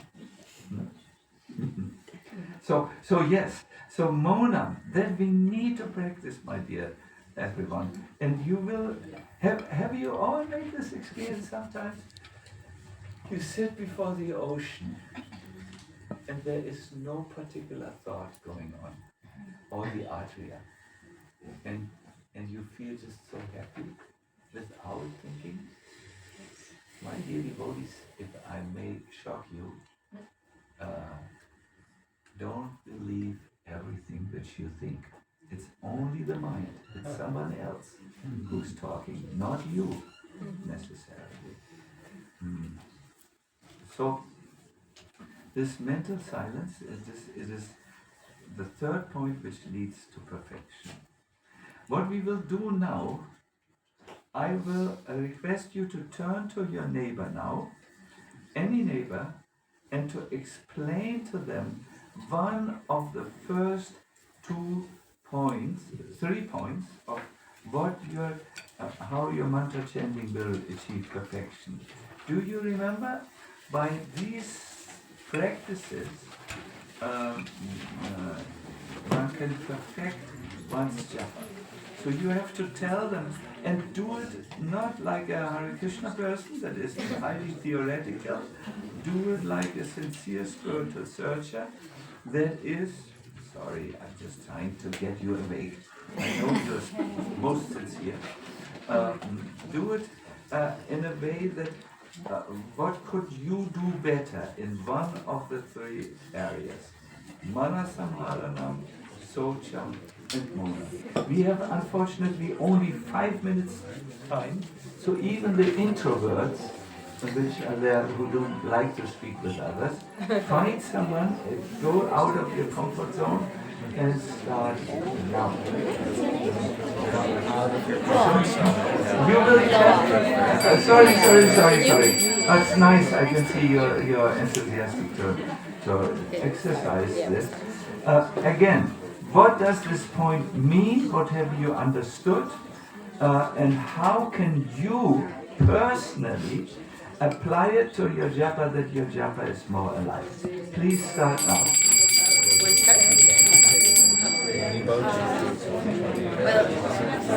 Don't talk about Netflix or anything.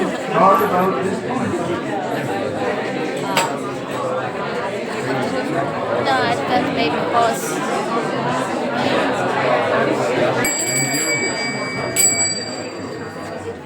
So, Haribol everyone. We will now make a little pause, but before the pause I would like to give you an orientation.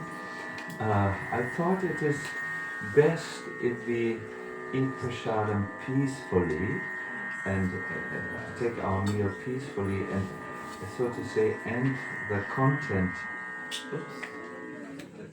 related part of the seminar. So we will, I thought if we can have a pause of 10 minutes, we would come back here at, or we would be in the room at, sorry, what is it, 5 minutes to 2, huh?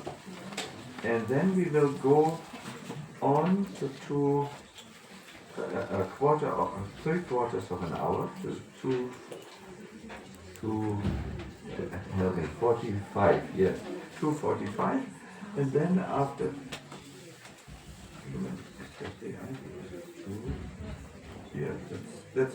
yes, exactly, and then 2:45, 3 o'clock, we will stop and take very happy with a good fire of digestion for sure. Because if we take the meal and then after the meal to come together, our attention is not very, very good, and it's a torture in a way. So for now, I see you in 10 minutes in good shape. Please, you might like to walk a little outside, refreshing yourself, get a little fresh air, anything.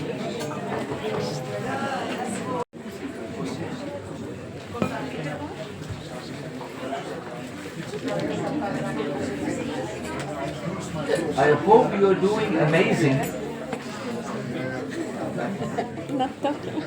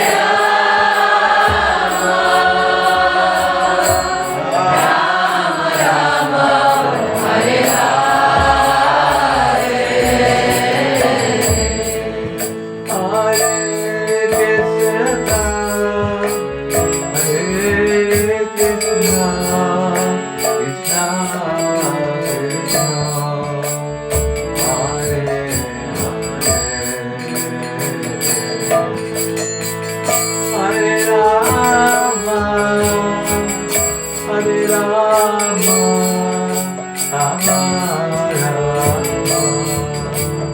Hare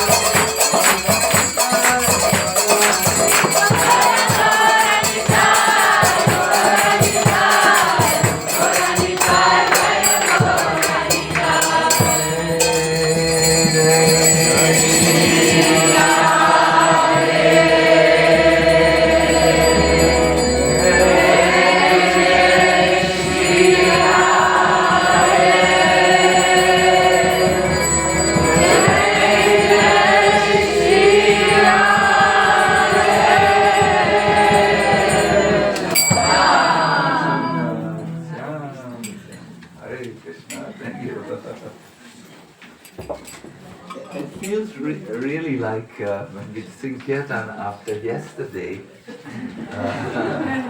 all our kirtans seem to be a continuation. This goes on. Did you also appreciate yesterday the one that night?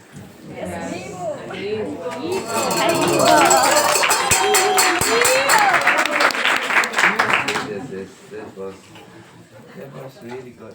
I thought there were two reasons. One was an obvious one. It was visible. We had many more people, and you know, for ecstatic kirtan you need. It's good if the hall is packed. Packed. You know this expression, packed. It's 200 more. And the second, and I think it was more important than the first reason, was the devotees were really going into it. For me, as someone who's going to many such kirtan events, this is really the deciding factor, the factor which makes all the difference. Devotees were really sure about what they wanted to do. They wanted to chant. They wanted to spend the time wisely, and then the magic happens. It's something that is not in our control. It's Krishna comes and transforms our chanting from mechanically moving the lips and the vocal cords and the melodies and all this to an ecstatic event, you know, where you are infused with a divine energy, and that's always very. I mean, I'm always so respectful and I almost, you know, become speechless because I look secretly and no one sees me. what goes on for people, and I could see a few really absorbed people with blissful smiles, and not a few, many, at different times, almost everyone. Yeah? Good. And this is what we need, my dear everyone. Yes, we need philosophy and kata and so on to bring us on the right direction, but ultimately we need an experience. Experience speaks always louder than any words. As good as the words may be, this bhakti is really an experiential spirituality, and it is. We have a lot of philosophy, but what happens is in this experience, two things can happen. One is you are infused with a different energy. Maybe you see that in kirtan. Sometimes you may be tired. Now this time I will not dance. I'm after all not like these 18-year-old people, you know. And all of a sudden you are the one who starts it all. That's called the Bhakti Shakti. It is composed of two. The being, the energy of being, it's Sandhini Shakti, and Hladini, the energy of joy, spiritual joy. Now there is another term which can happen. It's called Atidesh. It is used by Jiva Goswami in the Bhakti Sandhavas. It means basically the transference of the property of one object into another. I would like to give you an idea. Do you know what is a signet ring? It was a ring carried by royalty, and there were some, for instance, a coat of armor. Do you know what is a coat of armor? And weapon. Yeah. Holländisch sagt man auch Wappen, glaube ich, oder? Wappen. And in order to make a document legally, what? Yeah, they would legally binding, thank you for the word. And they would melt some wax and then take the ring and then go like zip. That means that the house of Oranienburg is behind what is expressed in this document, the signet ring. No?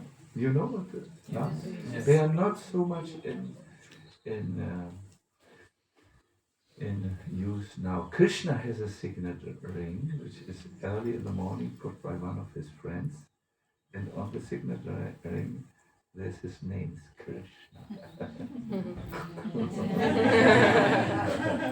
I said this. It is my statement. Anyways, so here the shape, for instance, of a coat of armor, Wappen. You understand Wappen? In Holländish language. It's transferred. So in Bhakti we have something that the property of the spiritual world becomes manifested in, for instance, a temple, which then becomes a spiritual location, not really situated in the world.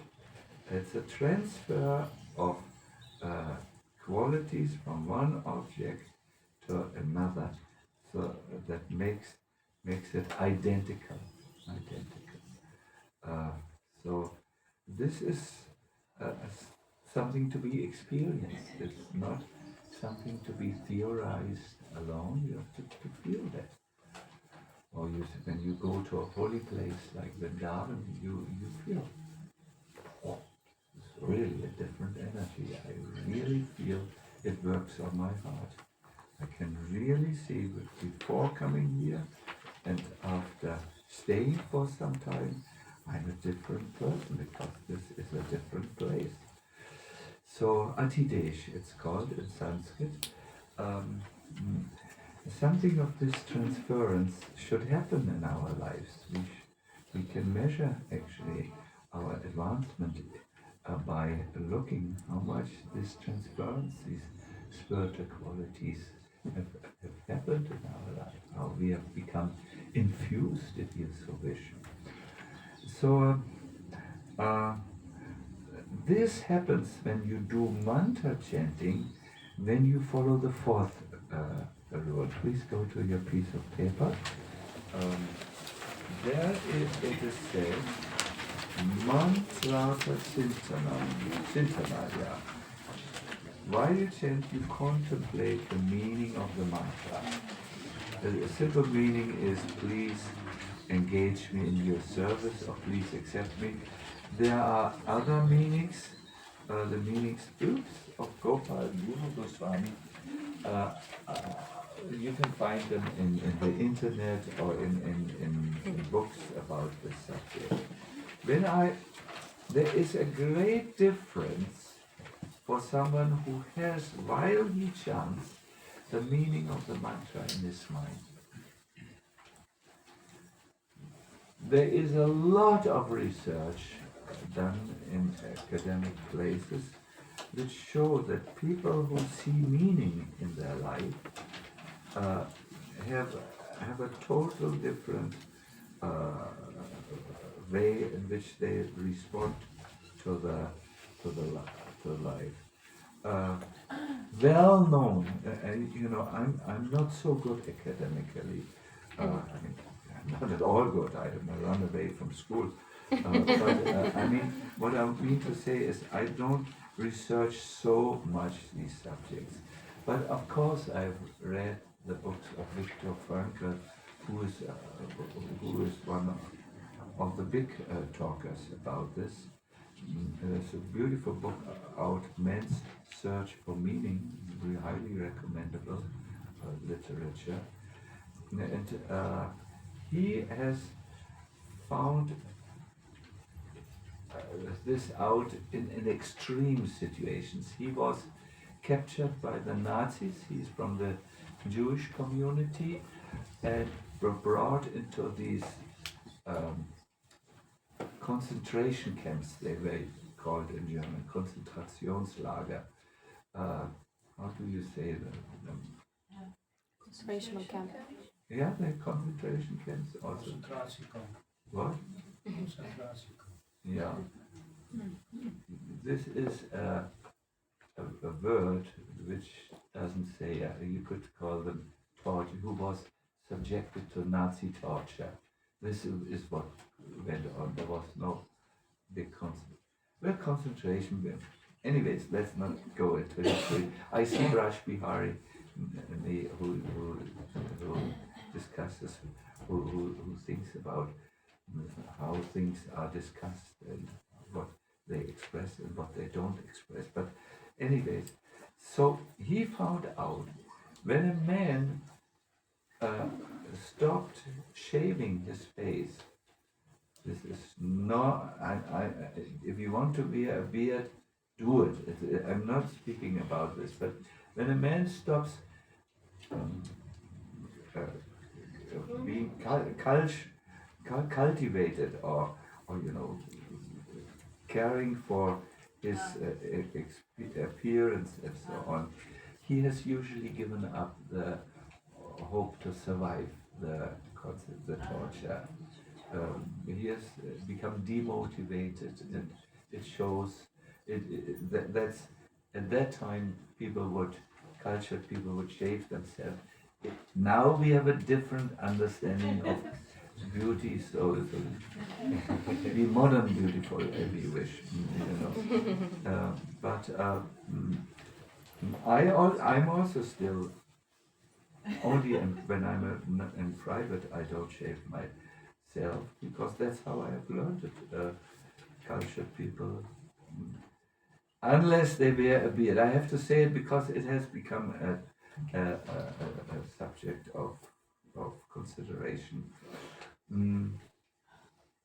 My point is, when they lose meaning, they can. It shows in some way when they lose their meaning. It has been shown, however, that people who have meaning in their life, they can survive the most difficult circumstances.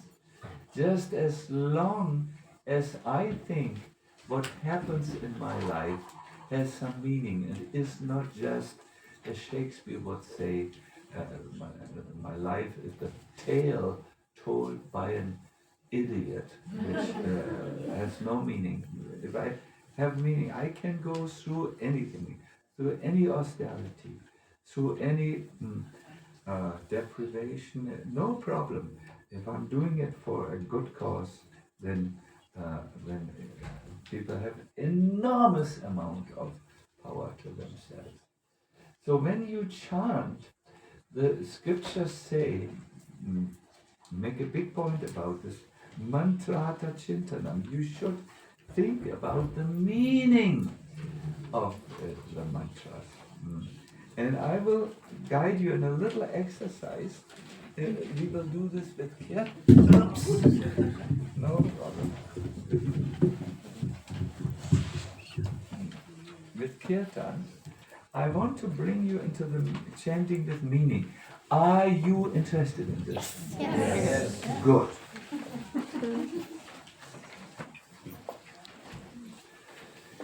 We will not go into a big preparatory thing because there's no need for you. Just sit straight, please. I know after sitting so long it's not so easy. You might, if you can't sit straight, do some yoga to learn.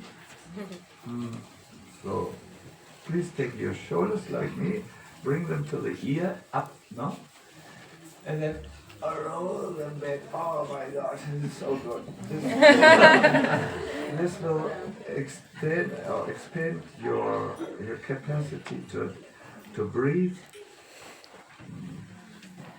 and become silent.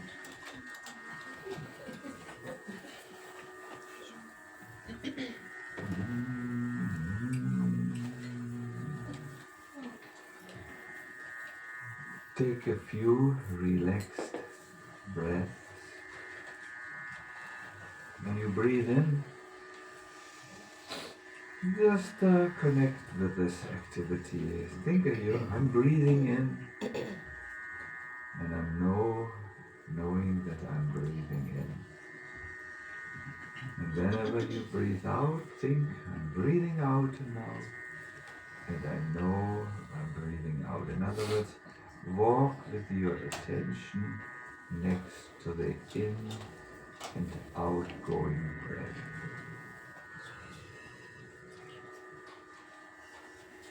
Do a few slow breaths, slow and deep. Then you breathe in.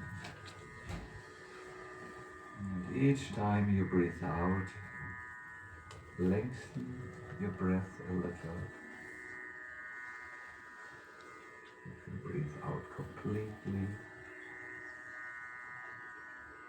Sometimes continue to breathe in and out while I talk.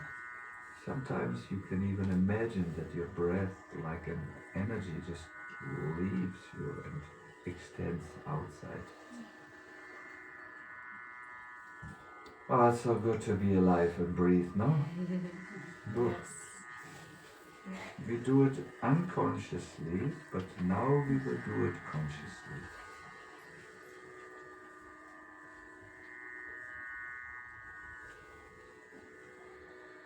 Now slowly breathe into the area of your heart space. And whenever you breathe in, bring your attention to this space. Be a little bit more present in that heart space.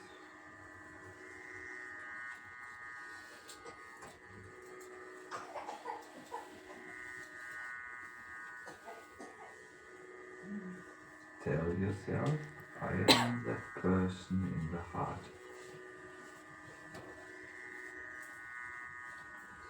I am. How does it feel to be a person in the heart? Maybe you feel a little relieved as you breathe in and out.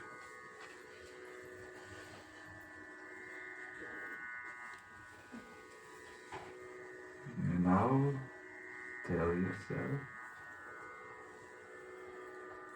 the person there, the I, is an eternal part of Krishna. I am an eternal part of Krishna. I belong to him. He is my eternal master, and I am his eternal servant.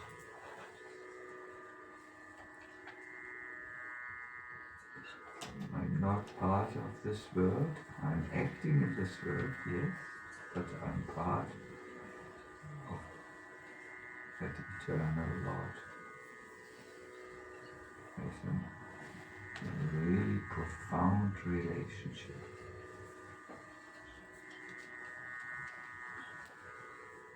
And as you chant now, please chant in this mood of being a servant. It means being connected. Chant in the mood of please accept me as your eternal servant.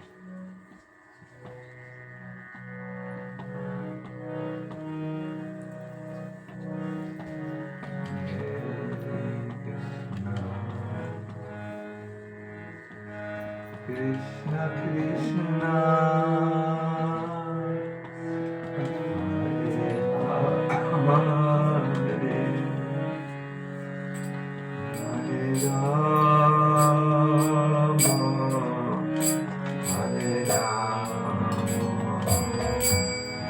Hare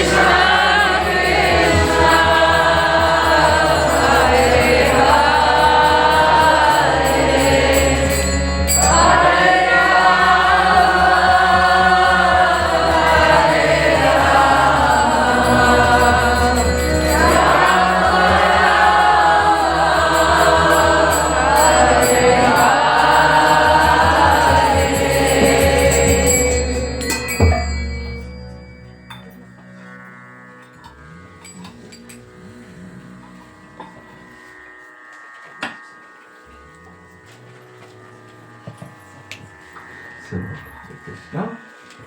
We are coming to the last part. We are good in time. And I would like to finish this. So this was an example of being mindful when you chant of the meaning. It means a little bit the chanting that you're standing before Krishna, really. You're standing there. Your mind is in your heart. You're standing and you're asking him, please accept me again. I I once, there was someone who had been impossible in our relationship, and I was forced to make a distance because it was only getting worse. As much as I tried to repair the relationship, it became more. There was more aggression from the other side. Do you know these relationships where you try to fix them and the person says, this was absolutely not the right thing that you said. I tried my best. Do you know? No? Yes. Good. I thought it only happens to Swamis. So then this person wrote me, and when I read what the person wrote, I had tears in my eyes, and I made a phone call to the person. It showed a door, the postcard, there was my name on it, Sacinandana Swami. The door was closed. And before the door was a little bird having a rose in her or his beak, like this, carrying a rose. And the postcard said, "It's me again." Standing before the closed door, and I immediately reached out. I opened the door and symbolically spoken and said, "It's all right. Yes, I'm also interested that we have like a normal relationship. We should talk. Why don't you do like this? I will come near where you are in the town, and we have a talk, and then all the ice will melt and Alaska will become liquid." So we did this, and it was really good. So I've never forgotten this postcard because it represents a little bit our chanting. What happens, we have made the distance to Krishna. It was our doing, and now we are again before the door. It's me again, the same old me. Please open the door. Can you talk? So this is the art, this is the heart of chanting. My dear Lord, please accept me in your service. When you can chant in this mood, you will survive the most difficult circumstances of the life and the most easiest circumstances in your life.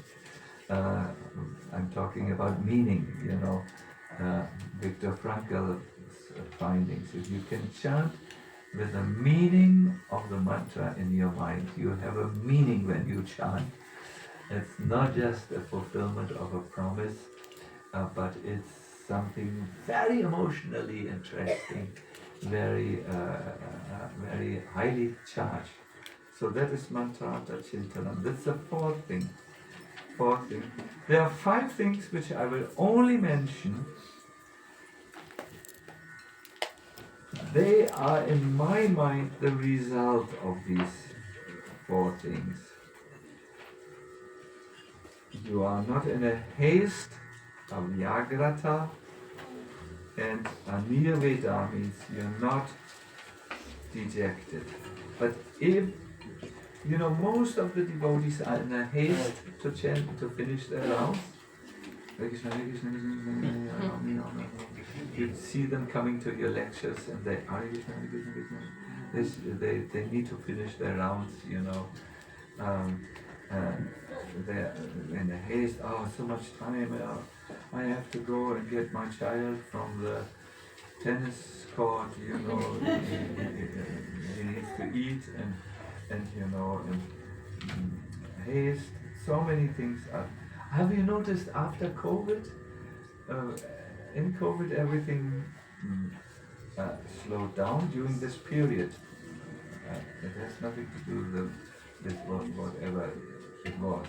The COVID thing.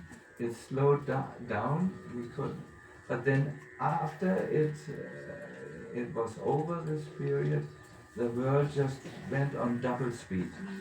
This is what I have seen this, and people tell me this. So therefore, many times devotees are in a haste or mood to finish their quota. If you have done the first point, mana samharana, what does this mean? Concentrating the mind. If you have practiced socha, what does this mean? Cleanliness. And purity. Now, cleanliness is only the body. Pure and purity. If you have given that time, uninterrupted time to chanting, where you have not done anything else, and if you contemplate about the meaning of mantra, you should be in a space where you enjoy your chanting, where it's nice. And then the other 2, 5 and 6, you will not have any haste. You will have taste. Because you have taste, you have no haste. I want to be very clear about it. And also, you will not be dejected if you have sometimes a period of japa or kirtan where you are distracted and so on. You will not lose hope. So, my dear devotees, I spoke about this last Holy Name retreat already here in Amsterdam, but I watched you doing your Kirtan Mela and I saw you were not practicing these things. So I thought, I threw my whole seminar, this was my seminar for you, big seminar, out of the window and repeated this again. And I will check you next year. There are many, much more advanced subjects to discuss in relationship to the Holy Name, but because this is all practice related, you will only experience it when you practice it. It's not something theoretical. All these wonderful talks about Smaranam now will not really have any benefit if you have not built your foundation strong. So please take this. This thing comes. It's from the Hari Bhakti Vilas. It's so important that Bhakti Vinod Thakur has mentioned it and quoted this verse and explained this verse in his Bhajan Rahasya.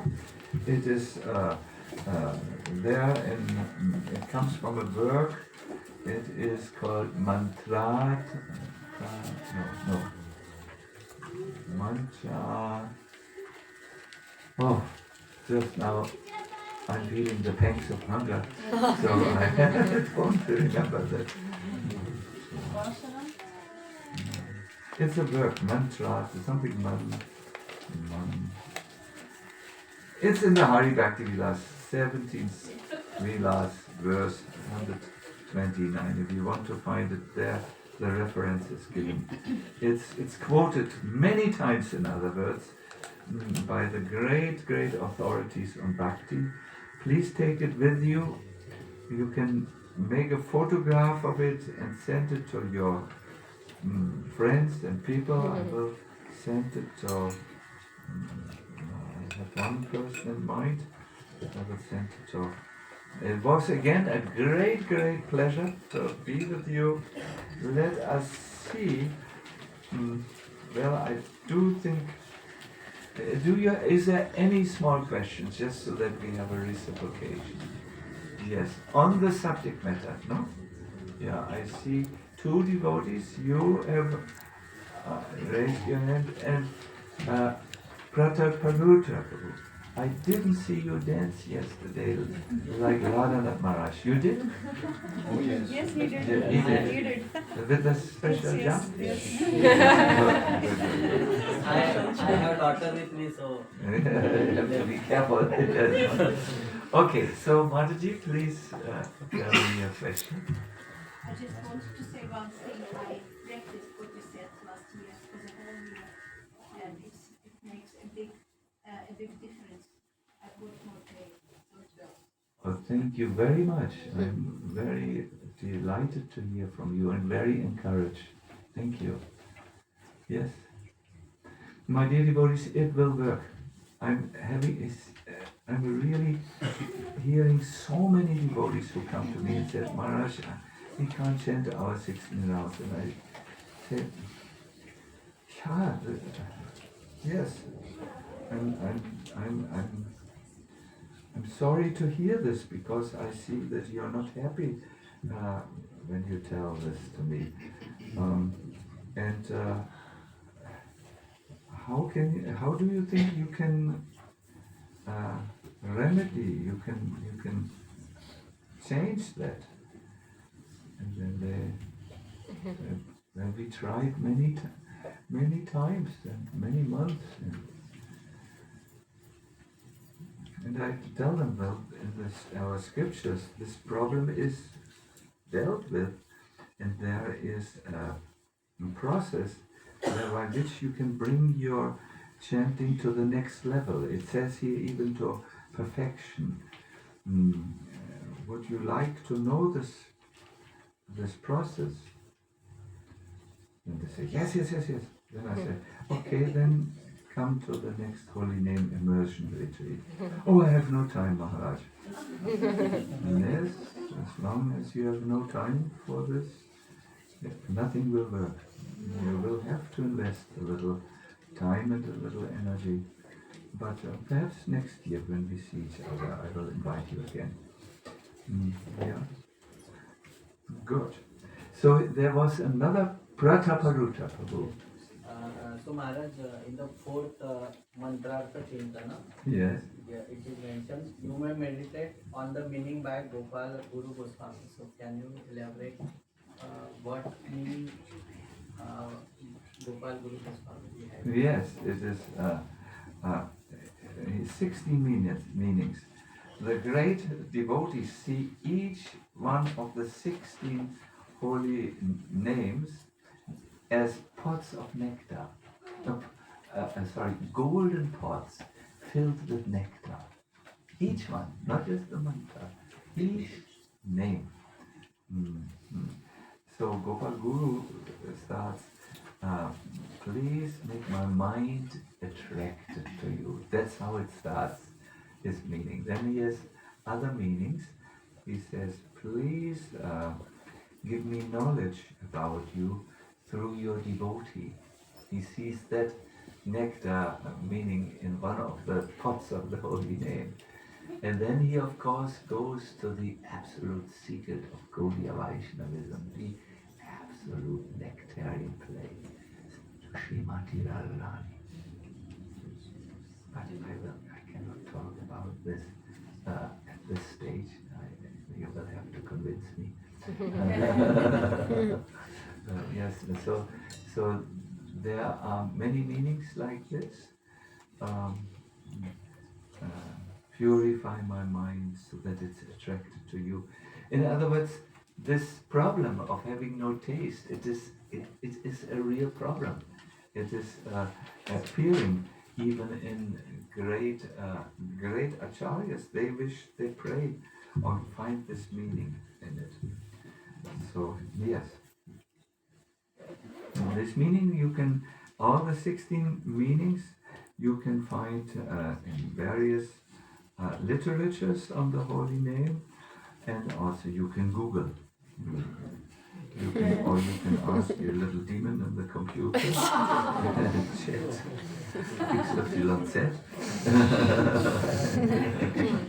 You will find it out better than any Sacinandana Swami can tell you. Artificial intelligence. No?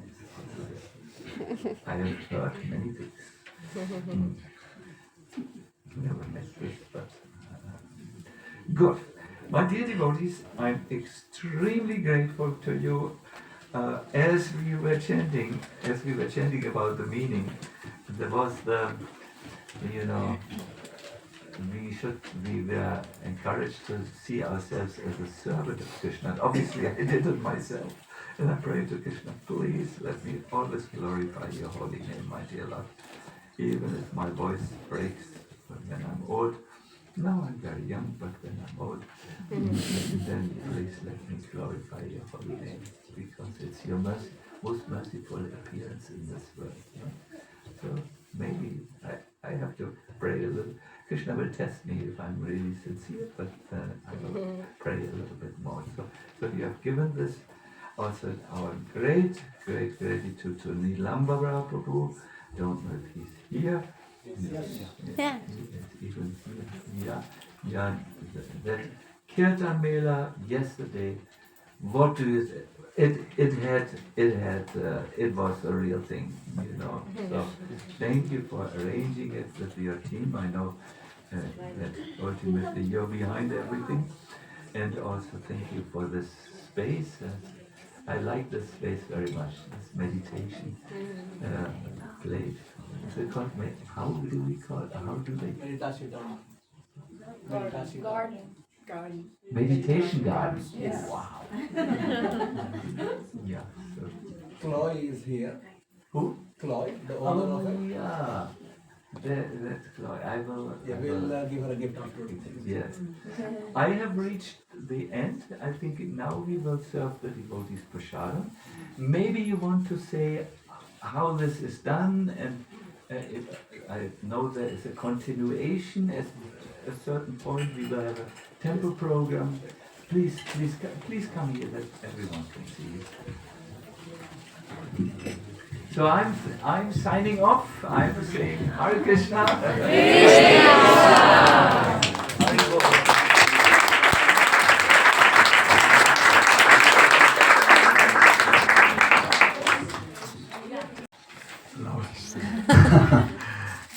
The devotees were Where is the amplifier? Come like this. Yes. Hare Krishna. I'm really grateful, very happy to see the hall packed up. Next year we want to see 200 people maybe, so you should all just go and just bring one more person for Holi retreat and 5 people for Kirtan Mela. So we have 2,500 people for Kirtan Mela and 200 people for Holi retreat. Can we sign up for that? Yes. We will. Sure? We're gonna try. I don't hear anyone. Yes. Haribo. Let's please offer most heartfelt gratitude to Maharaj. He's here. Dear devotees, yesterday I was saying and I repeated, Maharaj had a program Friday evening. It went late night. Yesterday morning before 4, he had to leave and then reach Berlin airport. 6 o'clock was his flight. He arrived here 7 o'clock. Full day program, today full day program, and then he will leave in the evening 6:30 sharp and drive him to airport. Then he will fly back to Berlin, and tomorrow morning he is preaching again. So let's start valuing these things. It's not really this is something which is Bhagavatam tells, all the scripture says, when Krishna is so happy with us, he gives devotee association. Krishna is especially happy with us, he gives advanced devotees association. Let's please value this. So we have one more opportunity. Please come to temple. Now we'll take prasadam. If possible, we'll do a kirtan here, but then we'll go to temple. 4:30 Maharaj will give a class. And then it's our humble request, after the class, please don't stall Maharaj. I really need to leave 6:30 sharp, maybe even 6:15 sharp. So, and then next year Maharaj has promised he will come. He just promised. How many of us?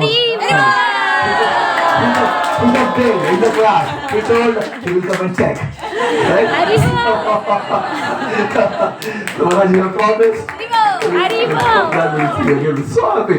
My heart was jumping, Maharaj. Yes, Maharaj. Thank you. Hare Krishna. So please come for prasadam.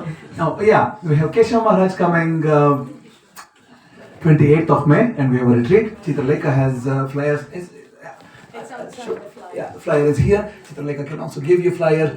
Please come, we have a retreat and many things which are planned. We'll announce that. But I hope to see everybody in temple, and let's pack up now. And maybe we can just give Chloe a present. You have a big book. You have a book, right, with you? Can you give me a book? Yeah, the bee bag and beads have arrived. Yes. So if you want or need one, you can purchase it from the temple. We are poor. We need to purchase. You need to purchase it. Hare Krishna. It is call Chloe from there. Chloe, she must be there outside somewhere.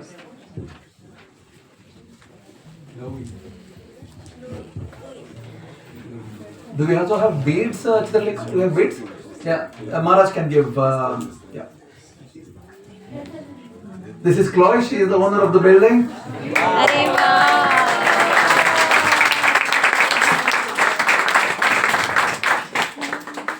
Please. Yes, that's one. I remember you, Chloe. Yeah, I remember.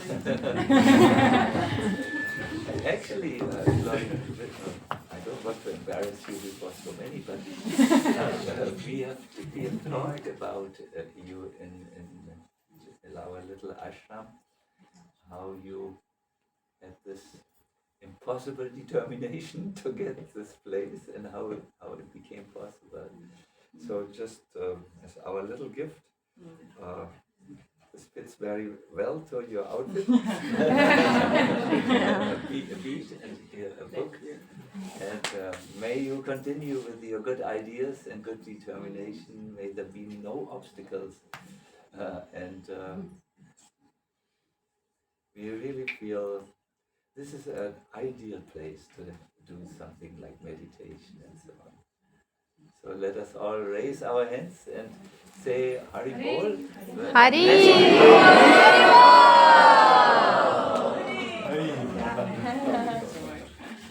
Thank you. Hare Krishna. Yes, let's make a line for Prashadam.